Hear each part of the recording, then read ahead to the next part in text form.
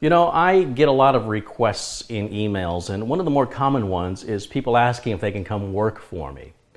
And I'm not in a position to hire anybody, but in this video today, you can be my intern.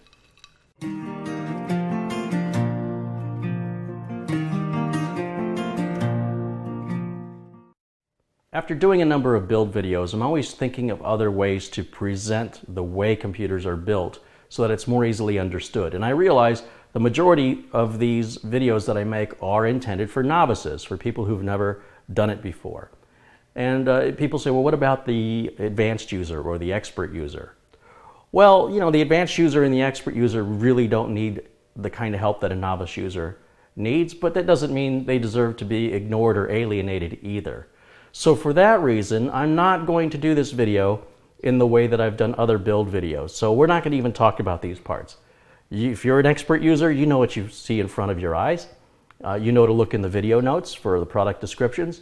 And so instead, you can be my intern, and we're going to build this together without any of the product explanations or even necessarily the detail of regular installation of the parts. So we're not going to do anywhere near the close-ups. I don't even know if we'll do any close-ups at this point. What I'd like to do is film this in real time as much as possible. I want to reduce the number of edits to show you the actual process, what it looks like without as much instruction. So I'll still talk to you as I'm working, try and keep you entertained, perhaps offer you some tips and advice and little side stories as we call them. The side stories are interesting because there are viewers rather, who really look forward to those, and there are viewers who roll their eyes at them. So again, it's very difficult to try and please everybody, but I'm just trying to experiment with different types of video platforms and try to appeal to as many people as possible through variety. So let's get started. I need to clear the countertop, and so since you're my intern, I would have you do this. However, we're just going to pretend that you're moving these boxes because we need to prep the case, of course. So we need to clear our work area so we don't knock anything over, and we're going to set everything off to the side here and get it out of the way. All right, instructions. Take care of that for me, would you, intern? Thank you. Now, let's make sure that, yes, I'm recording. Good. There's nothing worse than having the camera still on pause, so that's your job. Make sure that camera is turned on and off at the right time, all right? And don't speak back, because I don't want your voice to be on, for everybody to hear you. So until we have you better trained, for right now, we're going to keep you off camera, and we're going to keep you visually and audibly off camera. So I guess I'm going to work on the other side of the counter here for your benefit. And I will say that if you are a novice, if this is one of the first videos of mine you've ever seen, be sure and check out any of my other build videos because this one's going to be a bit more advanced. Otherwise, if you're here for the entertainment, you're in the right place. All right, well, we're going to get started here by removing the side panels on our 450D. Worked with this Corsair 450D case in the past. I do like this case. Now, I'm going to just get these side panels out of the way here.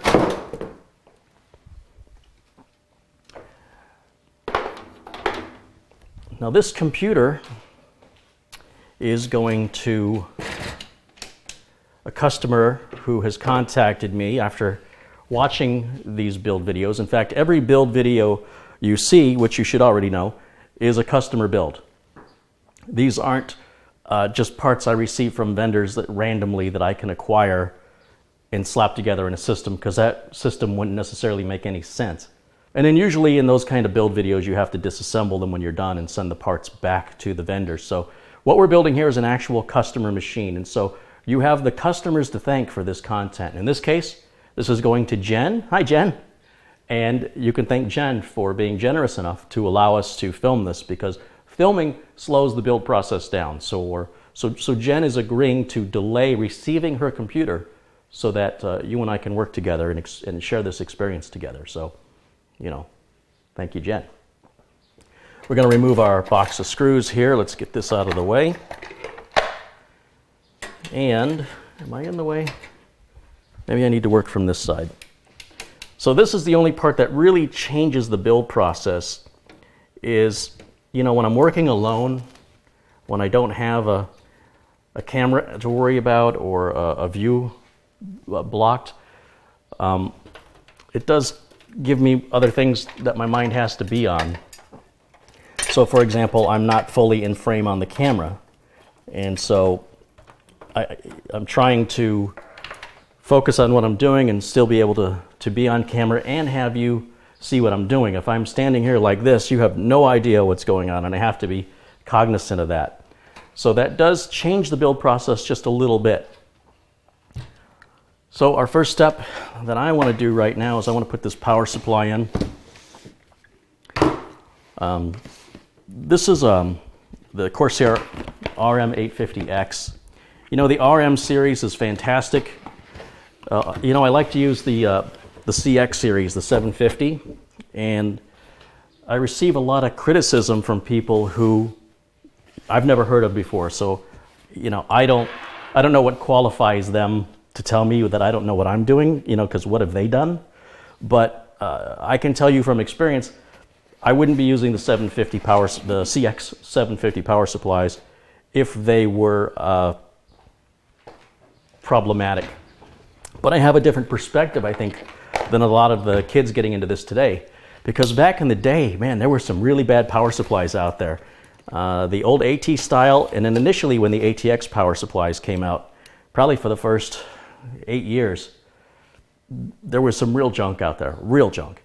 And so when you have an 80 plus efficient power supply, and I don't care who makes it, if it's 80 plus efficient and that's a real authentic rating, you have a better power supply than what we were using 8 years ago, quality-wise. Could be the same amount of wattage, but it's built a lot better. Look at this instruction manual. Oh my God, it's just a power supply. Look at this. This is insane. Actually, I think only a couple of pages of this are in English. Where are the English pages?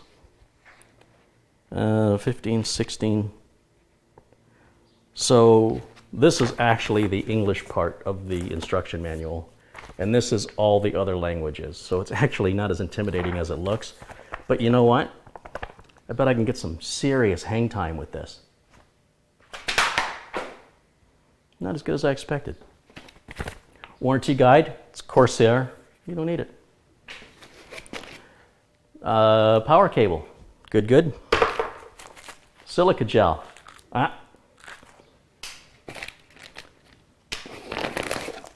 Oh wait, I told you I wasn't going to do this. We're just working. I'm sorry, but I got to say something about the velvet bag. I got to say something about the sack that this power supply's got on it. All right, it's out of here. So far, you're doing a great job. This probably tells us, there's a warning sticker here, and I'm going to guess it's probably going to tell us something about, you know, maybe the fan turns off or something. I'm not going to read it. I think it just tells us that the fan may not spin until it needs to spin. So don't think that your power supply is broken because you don't see your fan spinning. Of course, it may not say that at all. I didn't bother reading it, but I'm going to assume that's what it said, because it actually has no impact on our build whatsoever. Now, let's see. Probably helps if I put this in the right way. You didn't see that, did you? You didn't see me almost put it in backwards. Nobody saw that. Didn't happen. So, while I'm doing this, let's address a few other questions. These are our cables. We're going to get to that a little later. Let me just set these cables aside. So let's address some of the common questions I get. People have asked me about internships, as I mentioned, and basically, my feeling on the whole intern thing is if you're not getting paid for your work and somebody else is profiting from your work, you should be paid. Now, if you're getting an education in exchange, you should just get paid less, but you should still get paid. And there are industries where it's expected that you work for free. You see that a lot in radio and television. And I think a lot of that's starting to go away because of labor laws. They can't, for example, they can't really expect you to stay late, to work long hours, because basically you're a volunteer. Now, of course, if you're volunteering for a charity or something like that and you're not getting paid, that's a different story entirely. And if it's charity, then it doesn't apply to what we're talking about. But, sorry, I'm just having to adjust that. This just isn't lining up quite the way I'd like it to, and kind of have to lift up on it to get these screws to align, which is weird, because typically Corsair power supplies fit really well into Corsair cases. Now we can tighten these down. So to answer those questions, no, I am not going to hire somebody and not pay them. And that's why I haven't hired anybody, right? So I'm a man of my word. I think we're not doing an optical drive on this. You know what? I got to check my notes because I don't see an optical drive. Let me just verify we're not putting one in, or am I missing a part? Let me check that and I'll be right back. Okay, so I figured this out. I told the customer I was going to provide them a DVD drive just to show my appreciation for their business, and that's why there wasn't one in the box. So we are going to install the DVD CD reader writer, and let's go ahead and do that now. So anyway, where was I? I was talking about internships. So one of the things I've heard about, there's sort of the pro and con of the internships, and I've heard, some successful people say that they got started by going into some really successful guy's office and saying, "Hey, can I come work for you? I want to learn from you, and you don't have to pay me anything. I'll just do it." And that worked out for them. But of course, the person's going to be rich and successful if you're going to have people working for you for free all the time. So I'm not sure, I kind of feel like you should be some business ethics here where you just feel like, that's just not right. People deserve to get paid when you're profiting from their work. So I've also heard other people be very, very demanding about with their interns. They say, for example, I told my intern to go show up at 8 o'clock. They didn't show up till 8:30. I told my intern to mop the floor, but the intern didn't mop the floor, or they didn't do a good job mopping the floor. And even though they're not interning for floor mopping, the person's evaluating them as whether or not they were going to continue to let them work for free. So they want to see a really good, go get 'em attitude. I guess what I'm saying is when you intern, they're expecting you to work much, much harder than you would if you were getting paid. That's the great irony of the whole sort of internship thing. Now, there's always exceptions, and I'm probably picking worst case scenarios here, but these are real examples of, that's a 2 terabyte Seagate, by the way. These are real examples of real stories from people who have done the intern thing and have shared their stories. And it's shocking to me. There's also the person who agrees to say, yes, I'll teach you, we'll do the intern thing. They think they're doing you a favor, and they feel disrespected that when they give you this opportunity, that you're not giving it everything you've got, that maybe you're just not cut out for this line of work. That's how they're evaluating you. So it goes all the way around, depending on how you want to look at it. And again, my personal opinion is, you're working, someone's profiting from it, you should get paid. And if you're there getting an education, you should get paid less. The only time there would be an exception to this would be if you're going to get college credit or high school credit for the work you're doing, in which case that replaces your compensation. But at least here in Arizona, any company just can't do that. The company has to file paperwork, I believe with the school or with the accreditation, I can't say that word, organization, to be qualified to issue those credits for work done. So you just don't get to pick where you want to go and get the credits for it, at least not here in Arizona. I think we're gonna, this is a 250 gig Samsung 850 EVO. You see what I'm doing? We're gonna put that right there.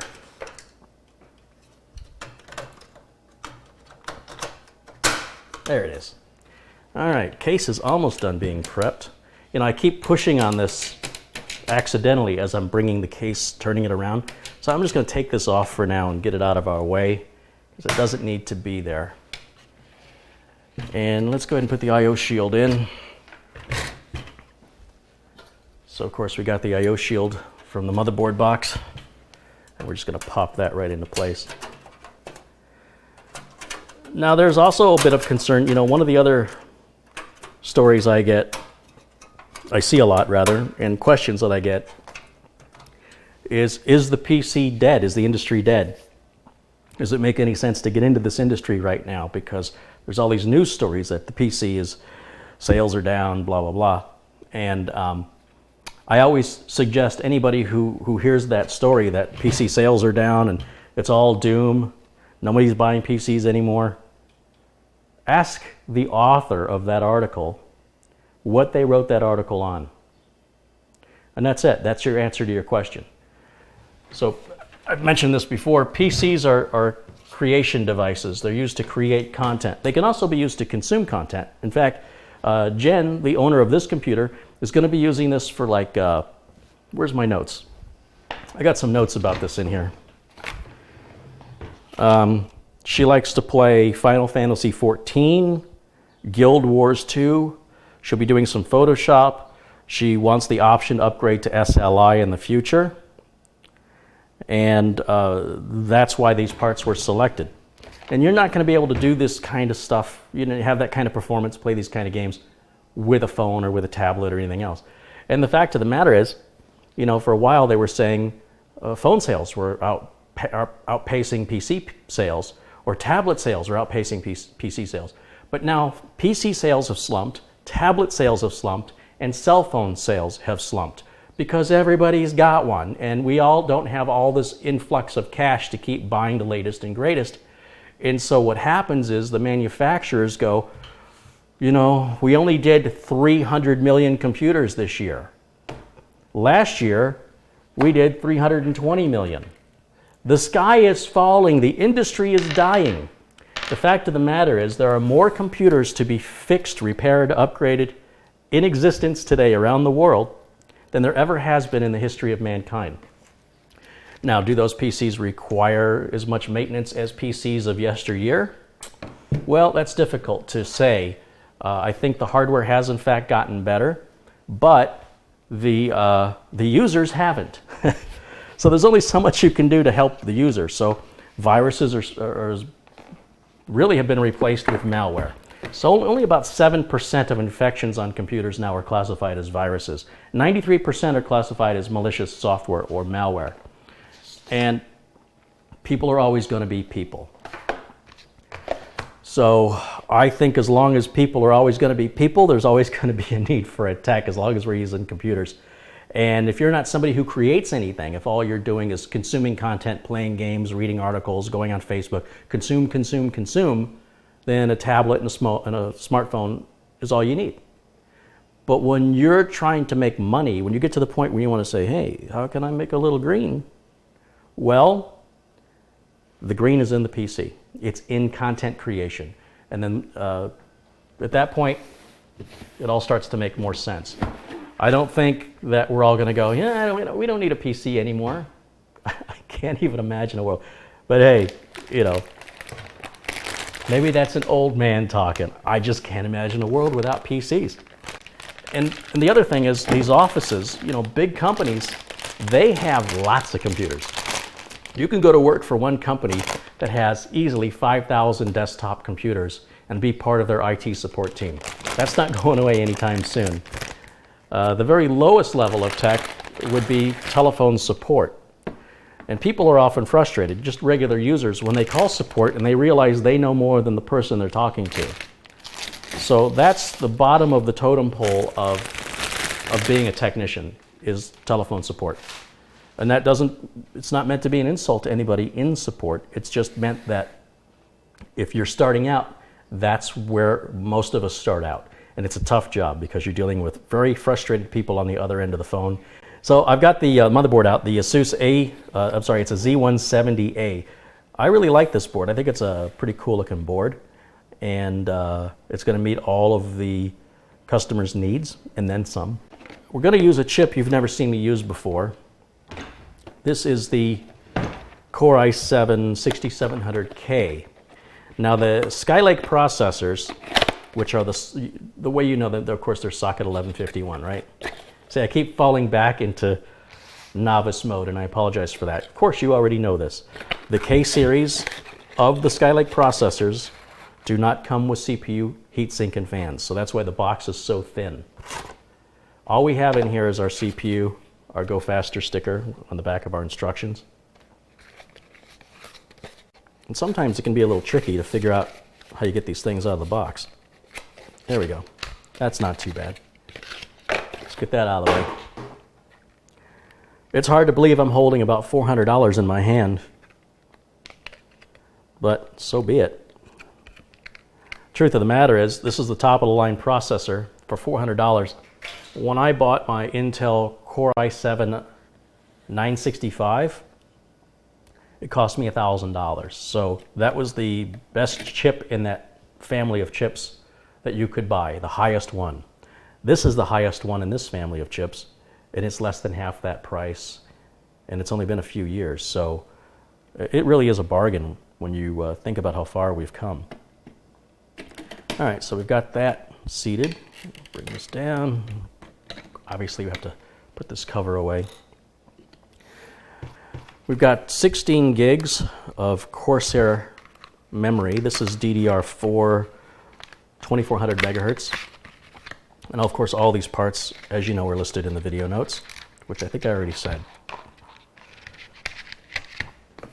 Now, Asus, they do things a little differently sometimes, which I find a little frustrating, and that is, I don't know which of these sockets to use first. I don't know if I use the black ones or the gray ones. I know on Gigabyte boards it's always the same, and Asus kind of changes it up from year to year, or even sometimes from model to model. So I have to go to the motherboard manual. Let's get rid of that. Let's go to the motherboard manual, and it'll tell us, it's going to work either way. But ideally, if you put it in the optimal sockets, it improves performance. Whether or not the user notices it is irrelevant. We just want to make sure we do it the right way. So the manual is telling us the memory sockets here will accept 1 gig memory modules, 2 gig, 4 gig, 8 gig, and 16 gig. So 16 times 4, you could have 64 gigs of memory max on this motherboard.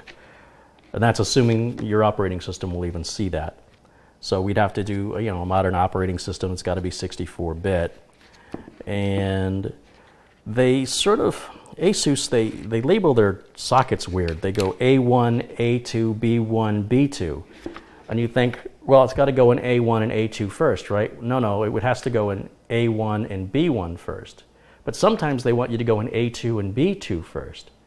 Whatever happened to sockets 1, 2, 3, and 4, and you use 1 and 2 first. That's how Gigabyte does it, and that's very clear to me. The engineers here at Asus have, I think, not really considered that people that aren't engineers are going to be building with their boards, and so it's overly complicated on how they just number things, which is weird. Have you ever had anything in your life where you said, I'm going to call this A1 and I'm going to call this B1? Or would you rather say, I'm going to call this 1 and I'm going to call this 2? I don't quite understand the logic. Whoever makes that decision at Asus, love to have a conversation with them sometime. Yeah, so basically the instructions here are showing that if we're going to only install one memory module, and I don't know why you do that, to place it into socket A2. That seems really weird. Shouldn't it be in socket A1?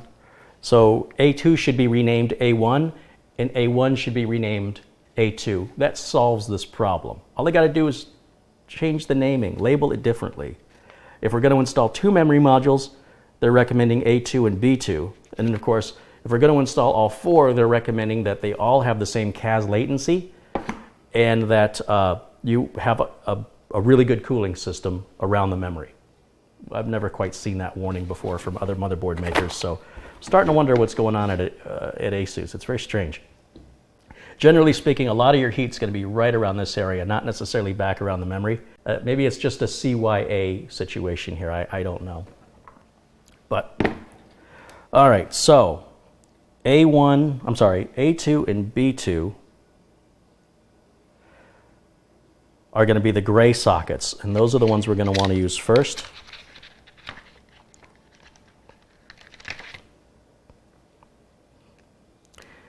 Let's get that off of there. And let's see if I turn this around. You can watch what I'm doing a little bit here. I'm, again, going to avoid all the close-ups that I normally do.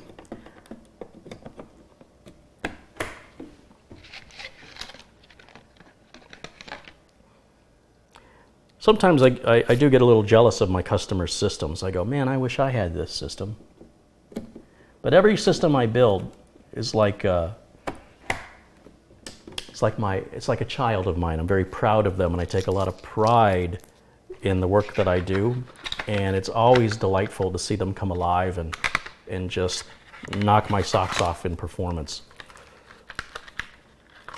There's a sense of joy that after you've built your own computer, and I'm assuming if you're watching this video that you have built your computer, or built a computer rather, that you understand what I'm talking about. It's something you just won't understand unless you've done it. Now let's get this thing mounted into the case. So I'm going to lay this flat like so. Let's get some of our cables out of the way. This is always a good time. There we go. Get all that out of the way. And let me turn it around again. I'm trying to think of you guys. I'm trying to remember not to get in the way of the camera and show you what I'm doing. And it does sort of slow me down a little bit. Normally I'd be a little further along if I didn't have any company. I could put some music on, put some of my favorite tunes on Spotify, and just kind of jam out while I'm working. And that makes the job, as you can imagine, even more enjoyable. But trust me, you don't want to hear me sing along, and you don't want to see me dance. You know, normally at this point I have a heat sink to grab on, and I don't have one in this case because we're going to be adding the water cooler. Actually, I hate it when people say water cooler because it's not water. It's a liquid cooler that has water in it, but the water's not really, the water is combined with other chemicals, just like antifreeze in a car. All right, let's see how we're doing here. This fan cable just keeps falling into my way, and the motherboard is a bit awkward to handle doing it the way I'm doing it. Sorry guys, I'm gonna have to step in front. It's just the only way I can get an angle on this. There we go. All right, so how are we looking for standoffs? It looks like this is a full-size board, and we've got 9 mounting holes, and I think this case has 9 standoffs. Let me pull this back out. Let me pull the motherboard back out here. And let me just count them just to make sure there's not a hidden one, because this is a pretty expensive system, and it would be a shame to ruin it by trying to do this quickly. So I've got 1, 2, 3, 4, 5, 6, 7, 8, 9 standoff. It's perfect.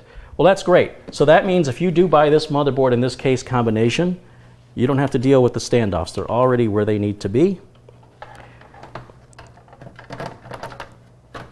However, this I/O shield does have these little grounding straps under here, so it's important when you're putting the motherboard in that we don't get that grounding strap folded over and blocking the port. So I got to be cognizant of that.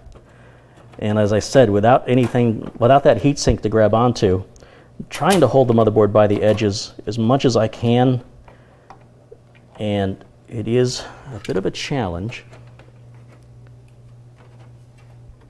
Let's bring this up on this side.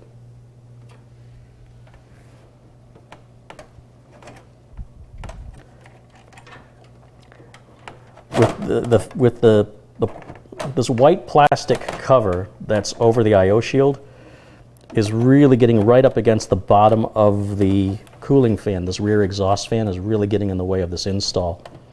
Now, if you really wanted to take your time and enjoy your build, you could just take this fan out to make this process easier. But one of the reasons I can't bring up this corner on the board is the fan, the bottom of the fan shroud is hitting the white shroud that's around the I/O shield, and that's what's giving me grief. But you saw me put it in just a minute ago, so I know it fits in there, and I'm kind of sorry I took it out. And the other thing I'm worried about, you know, if the customer's going to work on this, is eventually, someday, they're going to have to deal with it. Now, I've got it in there, and what I want to make sure right now, I want to make sure I haven't blocked any of these ports like that. Like this Ethernet port looks crooked to me, and I just want to make sure that I can't straighten that out, that it can't be any straighter than the way it is. I guess that's just the way it's going to fit.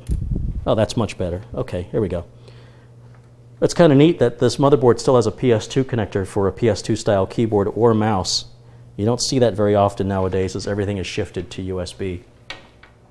So let me get that bag of screws, one of the bags of screws that came with our case. And we're going to need 9 of those screws. This box we don't need. And we're going to mount the motherboard. We've already mounted the motherboard. We need to secure it. Now you'll notice when I do my videos for novices, I'm always recommending you use a mechanical screwdriver. When I'm actually doing the work myself, because I've done this so many times, I'm very familiar with my with my electric screwdriver. So I'm not too worried about risking stripping any screws out or damaging anything, because I'm very familiar with how the screwdriver works, what it feels like when a screw is going in correctly, and that this has a clutch setting on it so that I can't over tighten and strip out the screws. If the screw starts to go in crooked, if I don't feel it, the screwdriver will stop prematurely because it's going to hit its torque setting too early. And that is often where the damage happens with somebody with a cordless screwdriver, is they won't realize the screw's not quite straight, and then they strip out the threads. And it's not a deal killer, but it just makes life much harder than it needs to be, especially when it comes to upgrading the system later or doing any sort of work on the system later where you have to take the screws back out. And if you got a screw that just, you know, you're unscrewing it, it's not coming out,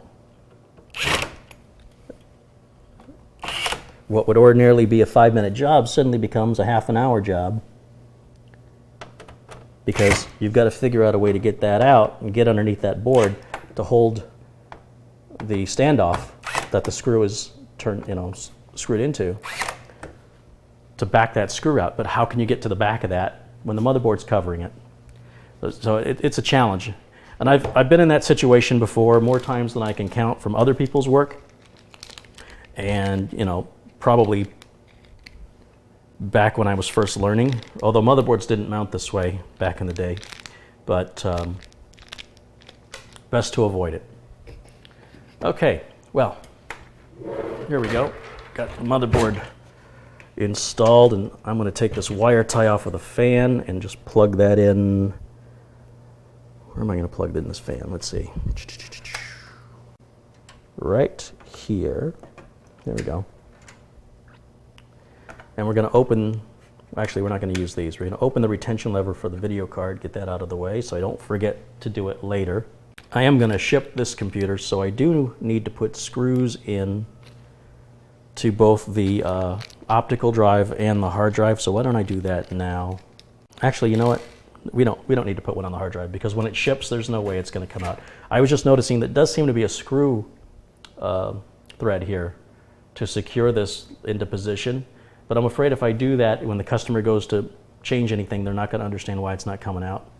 And I don't think it's necessary. But let's go ahead and put one of the fine thread screws up here to lock this optical drive in place.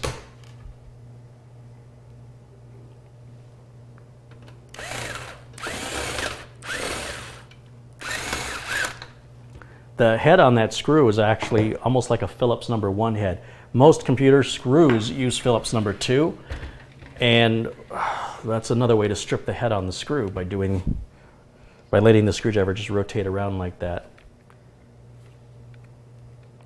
I mean, it feels all right. It feels like it's in there, so yeah. I don't know what that was all about, but apparently it is a number 2 Phillips because it worked just fine. Now we can do the same thing. We can secure this drive in place too, but this drive has no place to go once we put the covers on it, so it's not going to cause any damage. It's not going to come out. This does not need to be secured. This doesn't have to be secured, but I like to secure it because it's heavy, and if it were to fall into the system during shipping, it's not good. All right, so I think we're going to leave everything else as is. And now we can focus on our cabling. All right, let's go back to our bag of power cables. On the Corsair power supplies, one end of the cable will say Type 4. The Type 4 end is telling you it goes in the back of the power supply. So here's a tip for Corsair. How about instead of putting Type 4, which means nothing to anybody who doesn't work at Corsair, what if you just put PSU? Okay? Keep it simple. Now, you can't really screw this up because you couldn't plug this end in because it's all one connector and this one is 2, so it's pretty obvious you have to use this end. Again, I'm going to try and give you a view. There we go. And right there we go. We're going to run this out through here. And then we'll just bring it up right through this wiring grommet up in the corner. I gotta step over here and do this to get the right angle. Now, of course, the advantage of having a fully modular power supply is if the power supply ever has to be replaced, as long as the owner replaces it with the exact same model, all she has to do is unplug all the cables from the back, pull the 4 screws, pull the bad power supply out, put the new power supply in, plug the cables back in, and she's back in business like that. Using the 750M power supply, it's semi-modular, which would mean you'd have to pull the 2 motherboard cables first, and presumably they're going to be all tied up with nylon zip ties in your cable management. All those zip ties have to be cut, cable management has to be redone, and it's a longer process. All right, so now I'm looking for the 8-pin CPU power connector, which is right here. Now, technically, both ends of these cables are exactly, well, they're not exactly the same, are they? Actually, no, they're not. The connector on them, the clip, is much, much wider on the CPU power side versus the power supply side. So the power supply side, again, says Type 4. And we are going to plug that in right here. And we're going to run it out the same hole.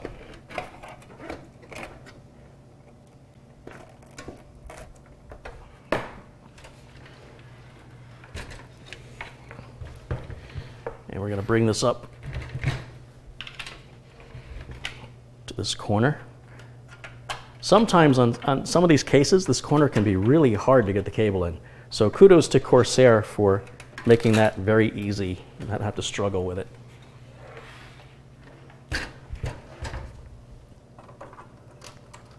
Now here's another thing for the folks at Asus that really, really bothers me. You notice the clip faces the outside on the big connector, and that makes this real easy to take off. And on Gigabyte boards, the clip faces the outside on the 8-pin connector too, but for whatever reason, Asus has this connector, the 8-pin power, CPU power, upside down, so the connector's actually inwards towards the motherboard. And I don't know what these engineers are thinking. I don't know what's going through their heads. You know, maybe they're looking at the pattern that they have to design on the motherboard, and they think it's a more efficient pattern without any thought given to the person who has to build it. But what ends up happening, because this clip has to go on upside down, which is the only way I can explain it, that getting the cable removed can be sometimes a challenge if you have a big heat sink here. because you have to get, basically, you have to have small fingers, and you're going to have to get between this I/O cover and the clip to get it off. So getting it on is not a problem because we haven't put the heatsink in place yet. And actually, because we're using a liquid cooler, we're going to have a very small little heatsink in place. The radiator is going to be up here, so not really an issue on this build, but if we had one of those big Noctua coolers, you'd have to remove the cooler to get that cable off. And if the clip was simply put the way it's supposed to be, which is facing the outside edge of the board, it would be so much easier to do any sort of maintenance or repair. Next, we've got to put power to our drives. Now this should be interesting because we have 3 drives to connect and they're nowhere near each other, right? We've got our hard drive down here, optical drive up here, SSDs in the back. So let's try and figure out how this is going to look. I think for the cleanest look, we just have to keep going right along the same line. It's a judgment call. Let's push this out to the back. Here we go. And let's see, if we plug this cable here, the very last one, into the solid state drive, that seems like a good start. And it looks like we could go this way and plug into the optical drive, or we could come down and plug into the hard drive, but we're not going to be able to do both. I don't know. What's going to look better? I think, you know, here's what's going through my mind. The logical side of me would like all of the hard drives on one cable and all the optical drives and other storage on another cable. But then I'm thinking of the cable management, and I'm thinking, will the cable management be better and look cleaner this way, or will the cable management be better if I go through this way? One way or another, I'm going to have to use another power cable. That is certain. The only way around that would be if instead of mounting the solid state drive here, if I moved it down here, then I can connect the 2 cables together like this and potentially use this one to go into the optical drive. So there's this lot of options, and none of these solutions are wrong. They're up to you to decide. It's part of the fun in building, and to be, you know, to be an individual and to practice and experiment to see what works or what you prefer, because it's all going to work, but what works for you. And, you know, I'm kind of on the fence about this whole thing. I kind of feel like, you know, I would like to use the one cable. I don't know. If we were to put this end up to the optical drive, would we have enough? No. Well, it looks like we're going to fall short just a couple of inches. So that's not going to work. So there's probably a way, if I really wanted to spend more time on it, I could probably make that work, but I just want to keep the build moving at a fairly decent pace. So, you know, again, enjoy the build. Don't rush through it. So I'm right back to where I started from, which is, do I want this cable running here? Or do I want this cable running here? I think I want this cable running down here. What do you think? You can let me know in the comments. How would you have done this? And why? You know, just because you're an intern doesn't mean you don't have anything of value to add or to contribute. So don't be afraid to speak up. Just be nice. That's all. That's all I ask. Just be nice. All right. Let's see. We have to provide power to this optical drive now. So we got another SATA connector we need right here. Of course, this power supply is much more power than the customer needs. But remember, the customer is wanting to have SLI as an option, and doesn't want to have to replace the power supply and redo all the cable management. All right, let's go ahead and plug this in here, I guess. Or I could plug it in up here. Again, I don't know what looks better. I guess it's going to look better up there. Run it back out the same way. Run it in through the grommet and into the back of the optical drive. Done. Now we're not quite done with these power cables yet, so I'm going to set them aside for right now, but I do need to get the SATA connectors. Now, the right-angled cable here, normally I like to use that on the back of the optical drive, but what I'm thinking right now is maybe that should go on the back of the hard drive. That would be my preference because I don't want the cable sticking out.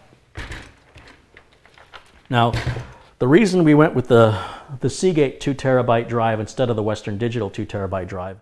Now, it's unfortunate that the back of the Western Digital drive here, if you look very closely, doesn't have any place for the metal clip to attach, which means when I plug this in, it will not click into position. I don't know why Western Digital designed this drive in such a fashion, but you can see that cable will just pull straight off, which defeats the purpose of having this clip.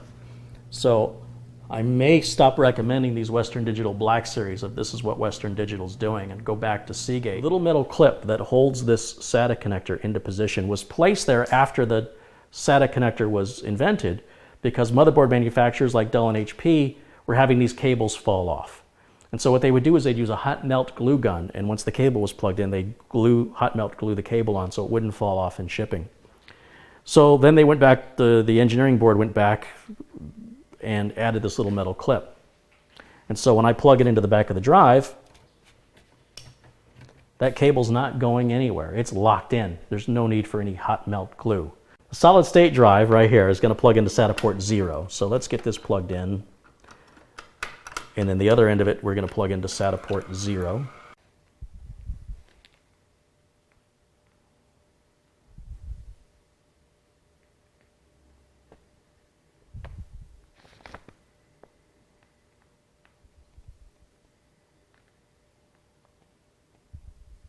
So I can't plug this in. Don't plug the top connector in first because you're not going to be able to get to the bottom connector. That means the secondary drive, which is our hard drive, needs to be plugged in first. So let me bring this cable around and let's get our hard drive plugged into the bottom connector here, just like so. And then our solid state drive can plug in right above that one. And then we can plug in our optical drive. So we're just going to go right here. We're going to go out through the wiring grommet.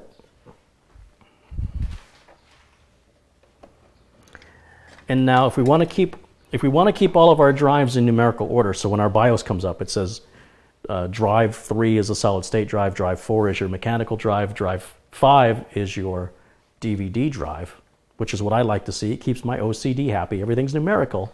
That means I'm plugging the optical drive into the top connector. So what does that mean when we add another hard drive? To get to that connector below, now I have to disconnect this cable to get it out of the way so I have access to the bottom one.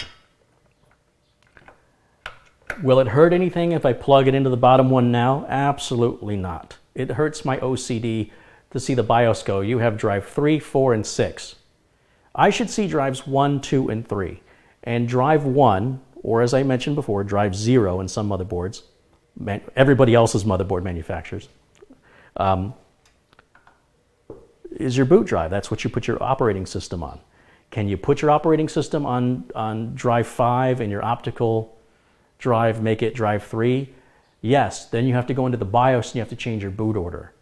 But by doing it numerically, everything falls into position by default and you don't have to go and manually go into the BIOS and change it. And every time your BIOS gets reset and you wonder why your system doesn't boot, you have to go back in there and keep making that change. This is particularly of use when you're overclocking and you're having to reset your BIOS constantly until you figure out the right overclock. And if you ever have to reset it, you've got to remember, what were all the settings I had to do? Do I remember? So that really upsets me. I'd like to know the reasoning to say, okay, what makes it worth this effort? What process are we improving or making more efficient by doing this? Because it doesn't seem to be doing anything to be but making it easier on the people who are engineering the board, but not on the people who are using the board and building with the board. So I think Asus needs to take into consideration, more consideration, the way that has to be installed. And I'd like to get an Asus engineer to build a computer with me, and I'll build the Asus computer, and the Asus engineer can build any other manufacturer, let's say Gigabyte, and let's see who gets done first. I do like Gigabyte's G connector better than Asus's connector, because Asus's connector has these little pins, and this can be a real pain. In fact, I don't think I'm going to use it. That's how much I love the idea. I think Gigabyte perfected it. And this isn't meant to slam Asus. If I didn't like Asus, I wouldn't be recommending their product. The bottom line is, for overclocking, I think I would prefer an Asus board over a Gigabyte board if I was going to overclock. But I just wish they didn't overcomplicate things, and that's what nerds tend to do. They say a nerd, a real nerd, will argue for 2 hours over the results of a test that will take 10 minutes to complete. I might be a little over-nerded up. All right, let's see what we got. We've got our USB 3, but sometimes this gets in the way of the video card installation. So I'm not going to plug that in yet. It looks like it might interfere. So we'll save that for later. We've got our HD audio cable back here, so we can definitely plug that in now and get that out of the way, because that's easy. So we're just going to grab that, line it up, and that cable just barely reaches, which is good. That means there'll be less cable to tie up later to make look pretty. And unfortunately, again, we're going to talk about some bad design on this board. Asus has put a connector directly above the HD audio connector, and it's kind of dark in there, and it'd be very easy to accidentally plug this connector onto, halfway onto one connector and have it sharing two, and that would not be good times. I think there should be more space, or that connector should be moved entirely into another area. It's just too tight. It's too easy to make a mistake, and it could be a critical mistake. It could actually damage the motherboard, depending on what that connector's for. Presumably, it's got some kind of voltage going through it, so I don't know what kind of harm it could cause. So if you are dealing with this board, make sure when you're plugging your connectors on, because there is no clicking sound when it's in position, when it's seated properly. It'd be very easy to mistakenly plug it on half of the set of pins, or plug it on the wrong set. So again, very unique, very different, and I don't understand why. Again, I think it was easier for the engineers to optimize the location of that cable or that connector without really thinking about the people that have to use the connector. It was just easier for them. It made the most efficient sense on the circuit board design. It's the only logic I can come up with here. Now, usually the front panel header is also an industry standard. Usually. But sometimes Asus does it different. So let me just take a look. No, it looks like Asus is following the standard on these connectors. Yes. Thank you. Thank you. It's nice to see them following most of the standards, which is nice. Now, whether or not it's an official standard, I can't tell you. But I can tell you the majority of these cables always go on in the same order on the majority of motherboards. So now let's go to Corsair and let's talk about them for a minute. What I'm looking for is some indicator to tell me which side of this connector is positive and what side's negative. This is the hard drive LED. And an LED is a light emitting diode. And a diode is something that only allows power to flow in one direction. So if it's plugged in backwards, your hard drive LED won't work. It won't hurt anything, it just simply won't work. For that reason, it is of paramount importance. I guess it's not paramount, it doesn't hurt anything, but sure would make life a lot easier to let me know what side of that cable is positive. It just takes a little bit of ink to make two lines like this. And apparently that's more than Corsair's technical ability can handle because they failed to do it. So what I have to look for next is if one of these cables looks different. Typically a cable that has a different colored stripe, like a white stripe, that indicates the positive side. And I can barely see what I think is a white stripe. I'm not sure. So I honestly cannot tell which end of this cable is positive or negative. But what I know about Corsair cases is they like to hook the hard drive LED up backwards, where the writing is going to be upside down. And all the other cables, the writing is going to be right side up. So I'm going to flip the hard drive LED upside down and plug it on the first two pins closest to the left on the bottom row on our front panel connector. I know the power LED is going to go above that, and Corsair has separated it. That way I can make sure that the writing faces up. Now, this is important because the next person who has to work on this can easily tell what each of these cables is. So the person who works on this can say, oh, I don't have to unplug that one, I need to unplug this one. But if you can't read it and it doesn't follow industry standards, and how do you know if it follows industry standards if you can't read it? Then you end up having to unplug all of these and having to go back and research where they all go afterwards. So anyway, there's our reset switch, power LED, hard drive LED, presumably all hooked up correctly.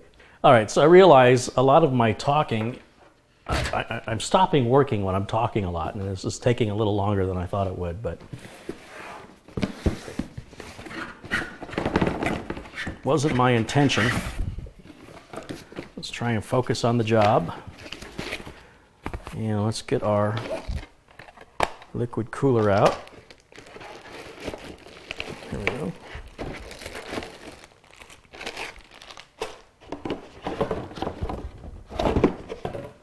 Of course, this is an H100i GTX. It's one of the latest and greatest from Corsair. You'll see we're using a lot of Corsair parts here. So you got the Corsair case, Corsair power supply, Corsair RAM, Corsair liquid cooler.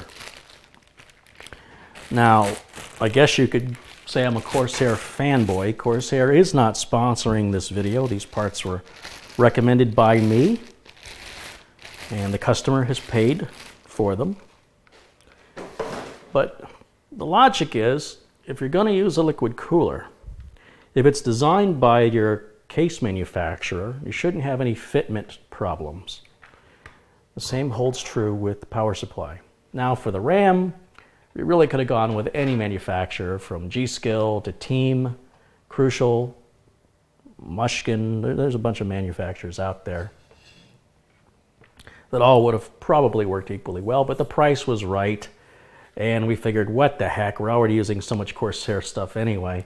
Let's just try and keep it consistent, with the emphasis being on the price, the value. So, do we have thermal compound pre-applied? Yes, thermal compound has been pre-applied. And the question we've got to ask ourselves now is, you can obviously, you can plug this, theoretically, you can mount this radiator this way, or theoretically we could also mount it this way.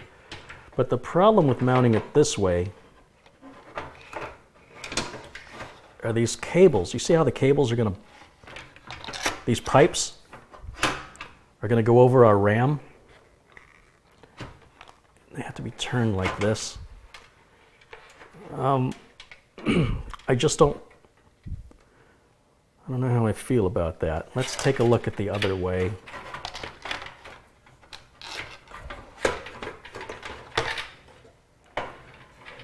Let's flip it around. Now our writing is right side up if we go this way. And if we were to put this in this direction instead,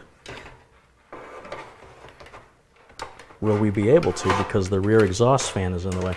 This is all Corsair's case, right? It's You'd think that their parts would fit with their other parts, but we seem to be having a little issue here. But it may be my lack of experience with these parts. Let's just see.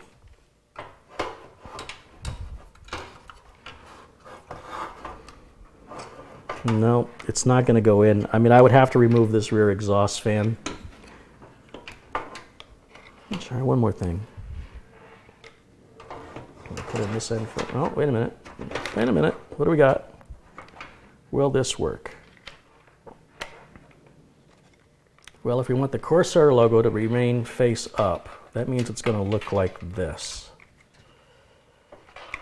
You know, I think, personally, I think that looks better, but it is blocking a bit of airflow to our rear fan. In fact,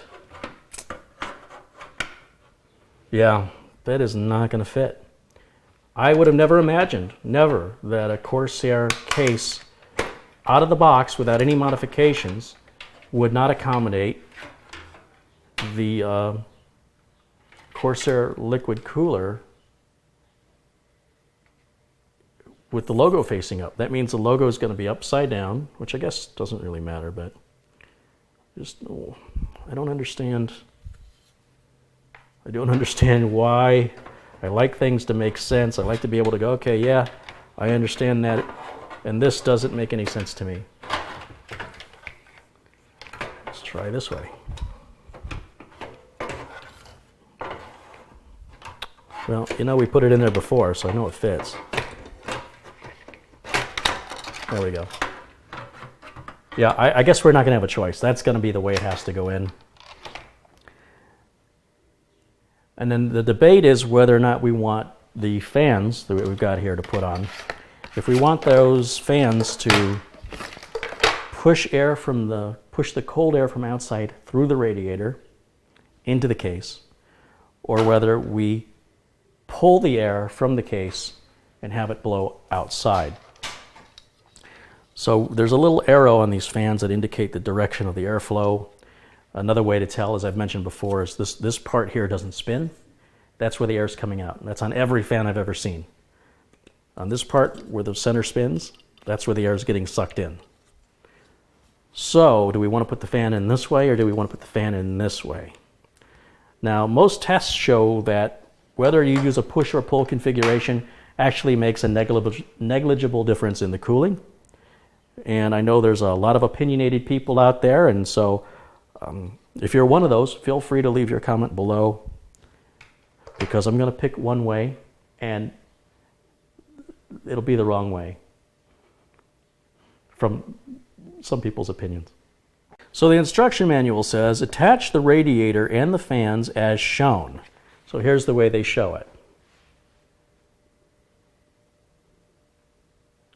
And it says, it continues, for the best cooling performance, we recommend mounting the fans as an air intake to your PC case. And yet the picture, as you can see, if we can get that in focus, the fans are clearly going to be blowing air out in this direction, which is it's not an intake. Intake, the way I interpret that, means we're going to bring air from outside in. But clearly the side of the fans that they're showing doesn't have the support bars, which means they're bringing air from inside of the computer and blowing it out the top. Now, when companies release instructions like this is why you always see me throw the instructions. This is not uncommon where they contradict themselves.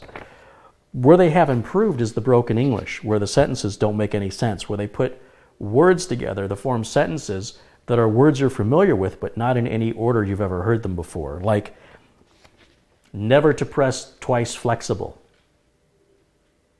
I know those words, I just don't know them in that order.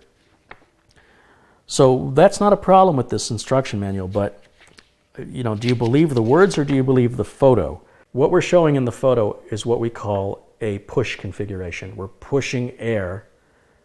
Look at even the arrows. The arrows are showing the direction of the airflow. This is not an intake. This is an exhaust. If I turn the fan around the way that they've phrased it here, then it's an intake, but then the airflow arrows of the airflow are backwards. So that's where those can go. All right, now I'm not going to use the electric screwdriver because these can be very, very easy to strip out. So I'm going to grab my regular screwdriver here.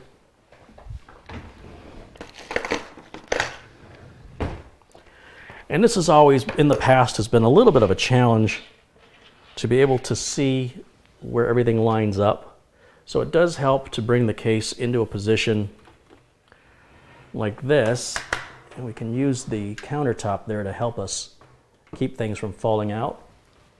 We really just need to get one of the corners lined up. Don't worry about getting all 8 lined up, apart from making sure that, obviously, if you don't get the corner in the right one, the others aren't going to line up correctly. So we're going to go as far as we can to the left.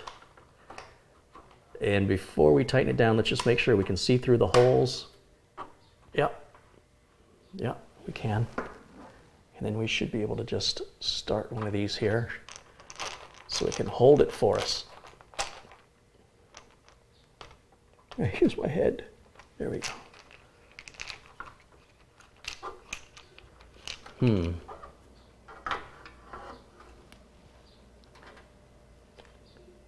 Okay.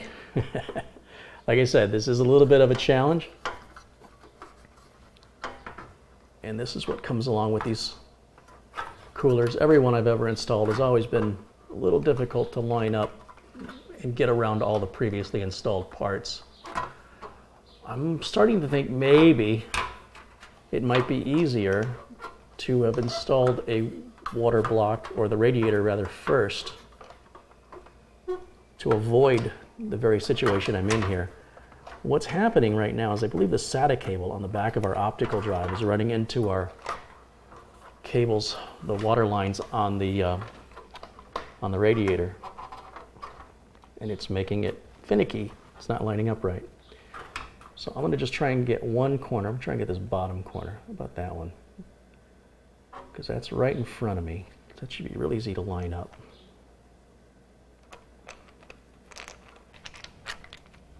Well, it seems like these screws are just too shallow. When I put the washer on the end of the screw, as the instructions say to do, and again, Corsair case, Corsair water cooler, the screw is not long enough. So I'm going to try putting the screw in without the washer. Oh, I can already feel it starting to feed in now. Much better. Let's bring this up a little bit. Again, that cable's in the way. Looks like that 90-degree cable should be used on the back of that optical drive anyway, so I might just change that out now that I'm experiencing this. I'm going to try putting another screw in. There we go. So now my curiosity is, if it has the washer on it, will it fit in now? It absolutely will not. So we're not going to put the washers on, even though the instructions say we're supposed to, because it just won't have the depth we need to reach. Very frustrating. Very frustrating. I would like to see better documentation. I wonder if I ever will in my life. Because in this industry, this is where practically every single company in this industry falls short, is their documentation. And that's why my videos have the number of views they have. Because if the documentation was clearer, you guys wouldn't need to be watching a video on how to do it.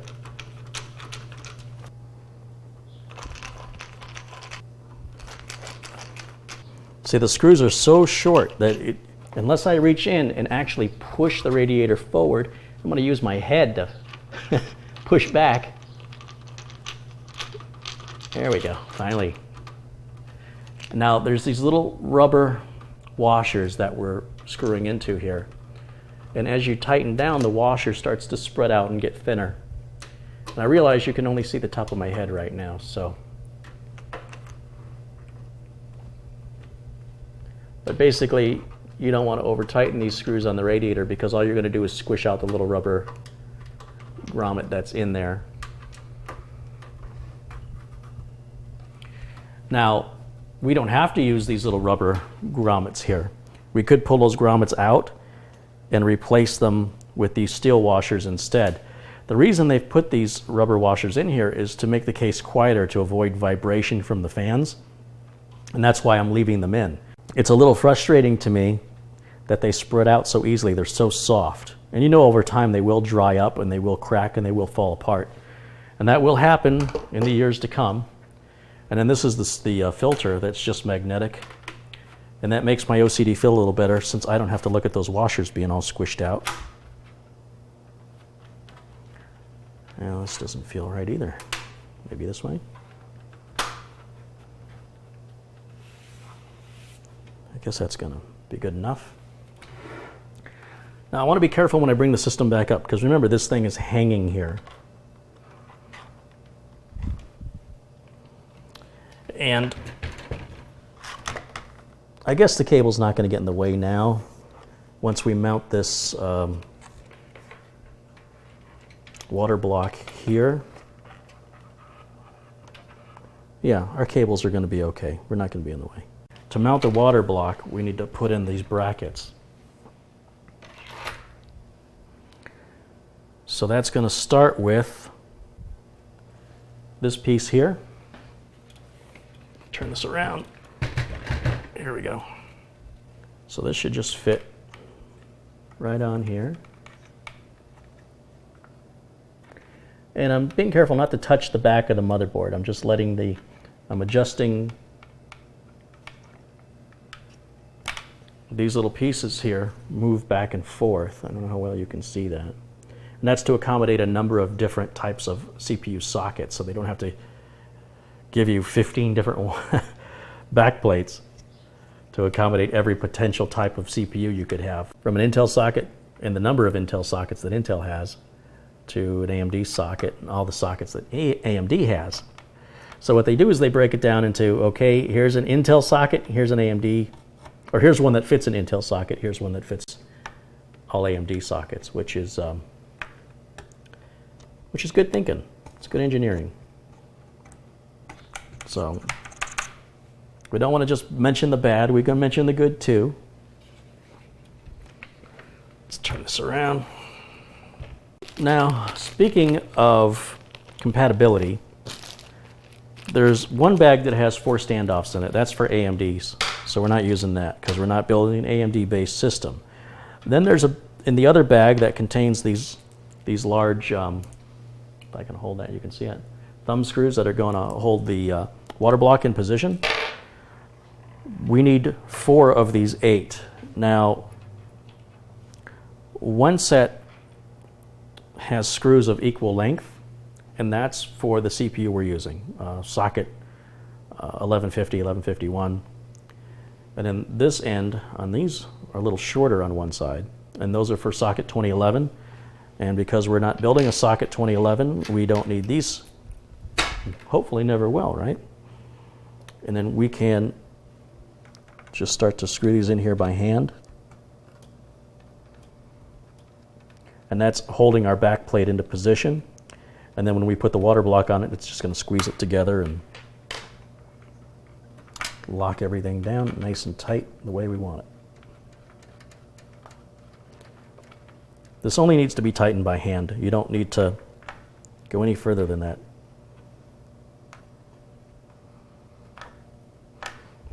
Don't worry that it's not tight. You'll see it's wiggling around. That's all going to tighten down when the water block goes down. So don't think that it's not tight simply because of that movement. That is totally normal.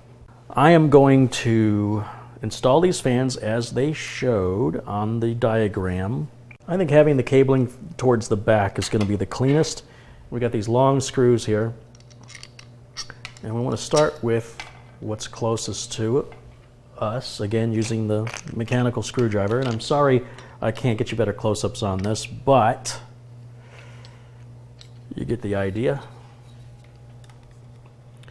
And here's something I can already see is going to be a problem. This rear exhaust fan is going to get in our way, so the rear exhaust fan has to come out because the mounting holes for the screw on the fan are right here.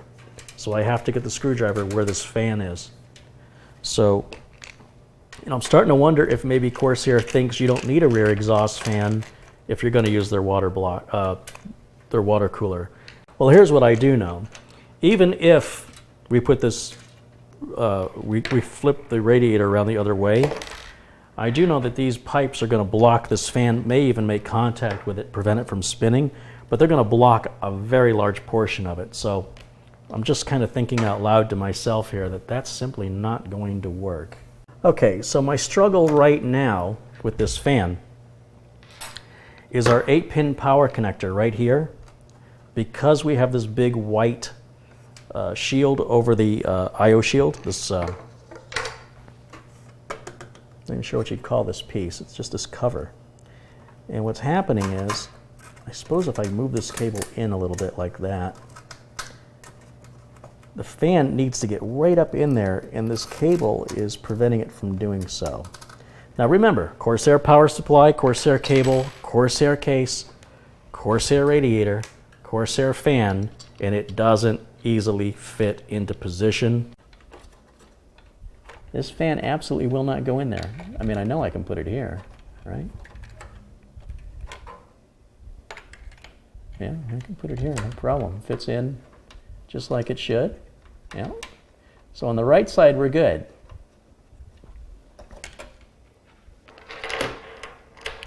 Now, if somebody says to me, well, gee, Carey, you know, you were supposed to do it this way or do it that way, the instructions should have made that clear. So here I've got another problem. Now to put the screw into the back, this heat sink that's right here is going to prevent that from happening. It will not fit.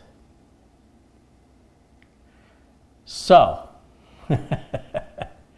we are stuck. It means the motherboard may have to come out in order for this to fit. And that's really disappointing on so many levels. I could take the radiator out and mount the fans first, but it still doesn't provide me an answer of how I'm going to get around this cable. And that has me bothered even more. Wow.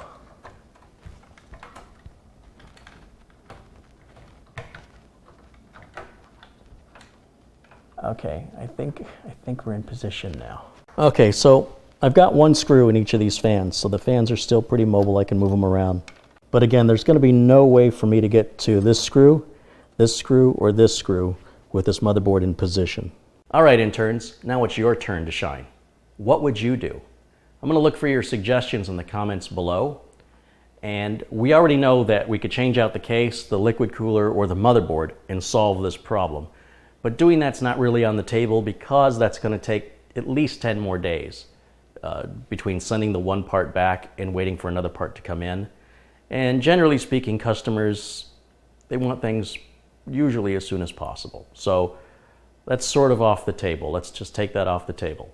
We could pull the motherboard out and continue to complete what I've started, or rotate this around the other direction with this fan out. We could also, like I said, go to a liquid cooler that's got the smaller radiator that goes here in the back. That would be an easy solution, but it won't have as good of cooling as the 240 millimeter radiator that we've got.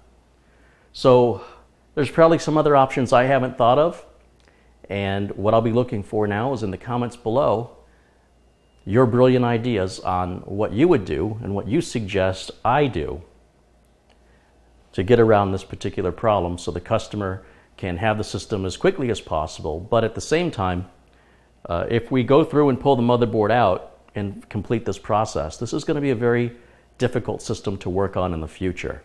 Much more difficult than any other systems I've built because it's all going to be very tightly confined. And so upgrades will be more difficult and replacements will be more difficult, which it'll work fine. It's just an added feature that I consider when I'm building. That's why you often see me build in cases that are much larger than what is actually necessary for that build, because I'm thinking of what the customer is going to do in the future, not just what they need today. So with all that in mind, I'll look forward to your comments below, and then I'm going to continue solving this particular issue. and looking for your comments for some great suggestions.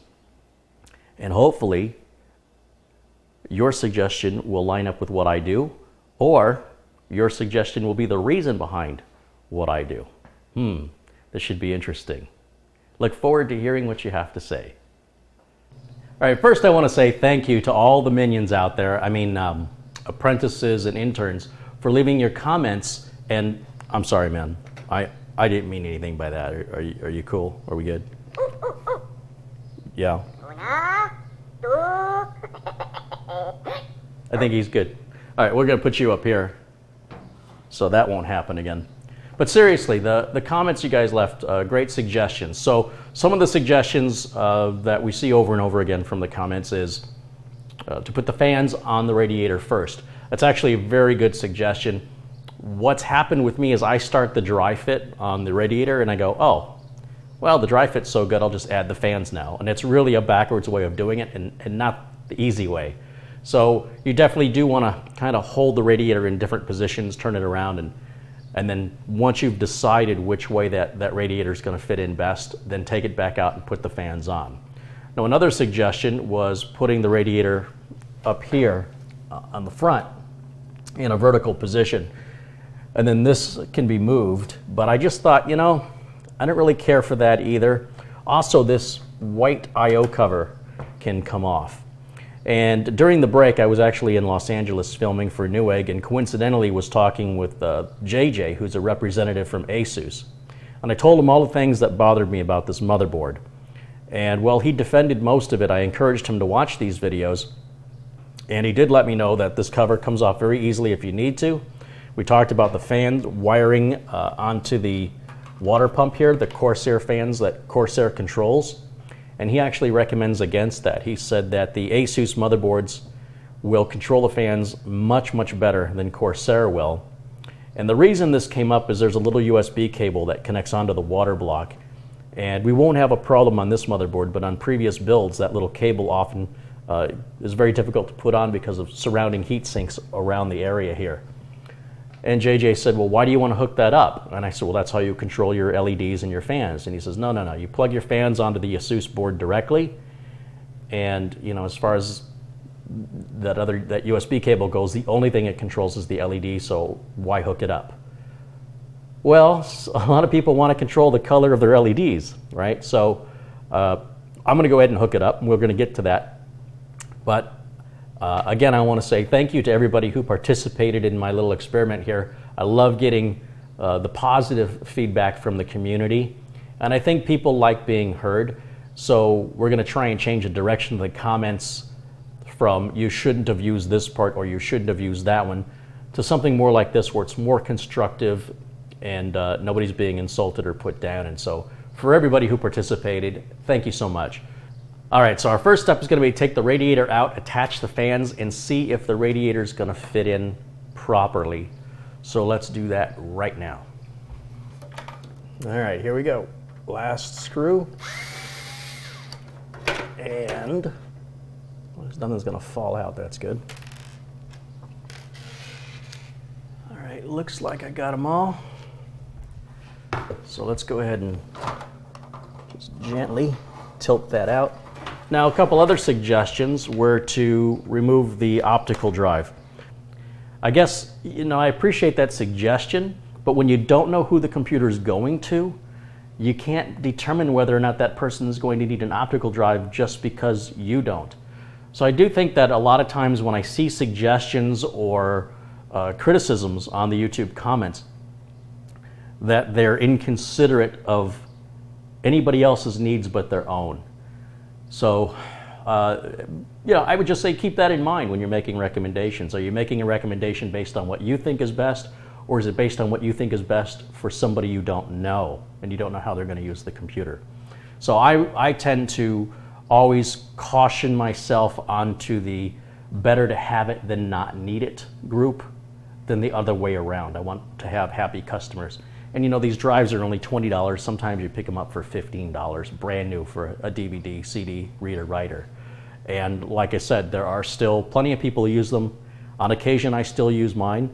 Of course, you can always buy an external USB one, which I also have, and just plug it into any computer you need. When I'm installing computers for an office and we're installing like 10 or more computers, I now recommend we don't install the optical drive, but that we buy a portable USB optical drive that we can plug into each computer as we need it. And this reduces the likelihood of there being a failure, since there's one less part to fail. And that's worked out really well. So, but if it's just a home user with a computer, they don't know what their needs are going to be, I think it's best to have it for what it costs. So that said, I want to go ahead and put these fans on now that I can access them.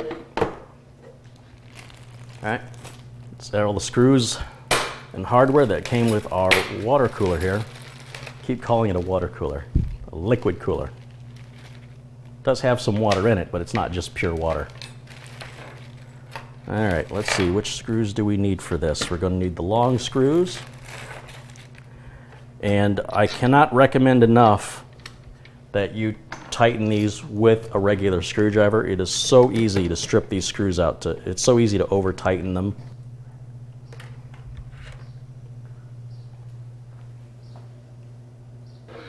Now, when we put the radiator in, of course, like I said before, we could go in one of two ways. If we go in on the way I want to go in is this way, but it's going to block our fan here. Technically, I suppose we don't even need this fan here because we're doing the liquid cooling, but I really do still want to put that fan back, so I don't think I have a choice but to put it this way, which I know is going to get us close to our cabling on the optical drive. And if necessary, I can pull the optical drive and drop it to the lower bay, which was also another suggestion that was left in the comments. But that actually went in pretty easy. You could see it was much less of a struggle for me with the fan going. And then I just want to rest this on something, if it will, and it won't. Of course it won't. All right, so yeah, it's going to mount in the exact same mounting holes that I used before. So a total of 8 screws, which is the same number you saw me take out earlier. Again, we're going to use the mechanical screwdriver. Magnetic tip is always recommended when working on computers.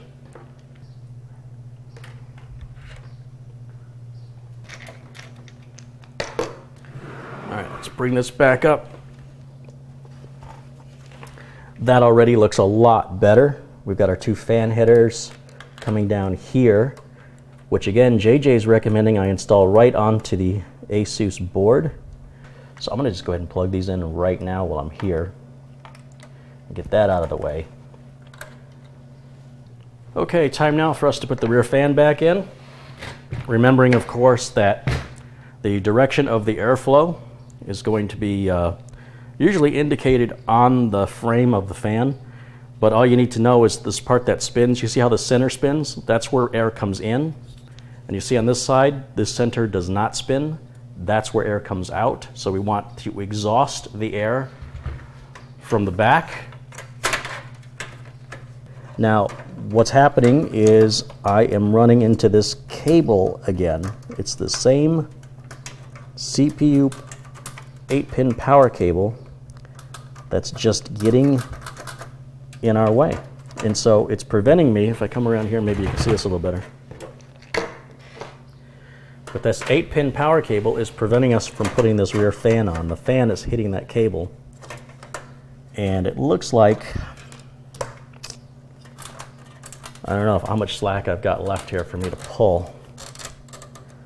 But I don't think there's any way for me to get around this apart from removing this white cover. I think this white cover has to come off. I'm starting to come to that realization right about now that this cover really only serves the purpose of looks. It doesn't really do anything else for us. And this is highly unusual for me to get this far into a build and then have to pull the board back out because of something like this. But this is sometimes what you can encounter with different parts. So I think that's what we're going to need to do right now.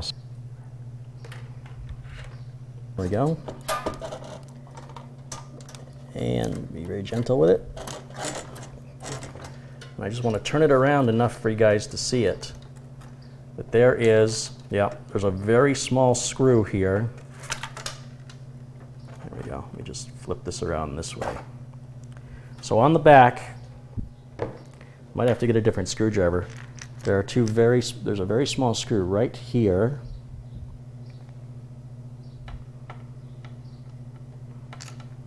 Yeah, it's a number 1 Phillips. I have to grab a different screwdriver. This number 1 Phillips screwdriver should do the trick. So we're going to take out the screw right here. I don't know if there's only one. Let's see. Oh, no, I see another one right here. There we go. That's the 2 screws that I believe hold that in position. And now this white cover should just come right off, I think. Oh, we got a third screw. There's a third one right there.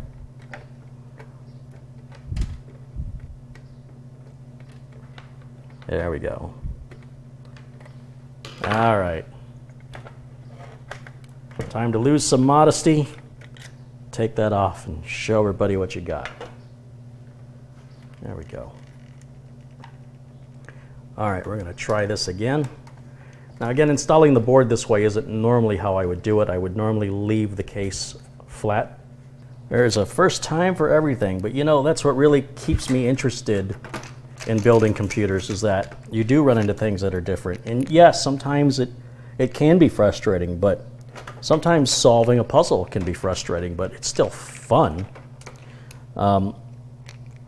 Again, that's what keeps me coming back for more. So as well I complain about this, there's actually some enjoyment in beating it, you know, in winning, in getting the machine built despite the obstacles that the manufacturers have placed in your way for some who knows reason, just because an engineer decided it made sense.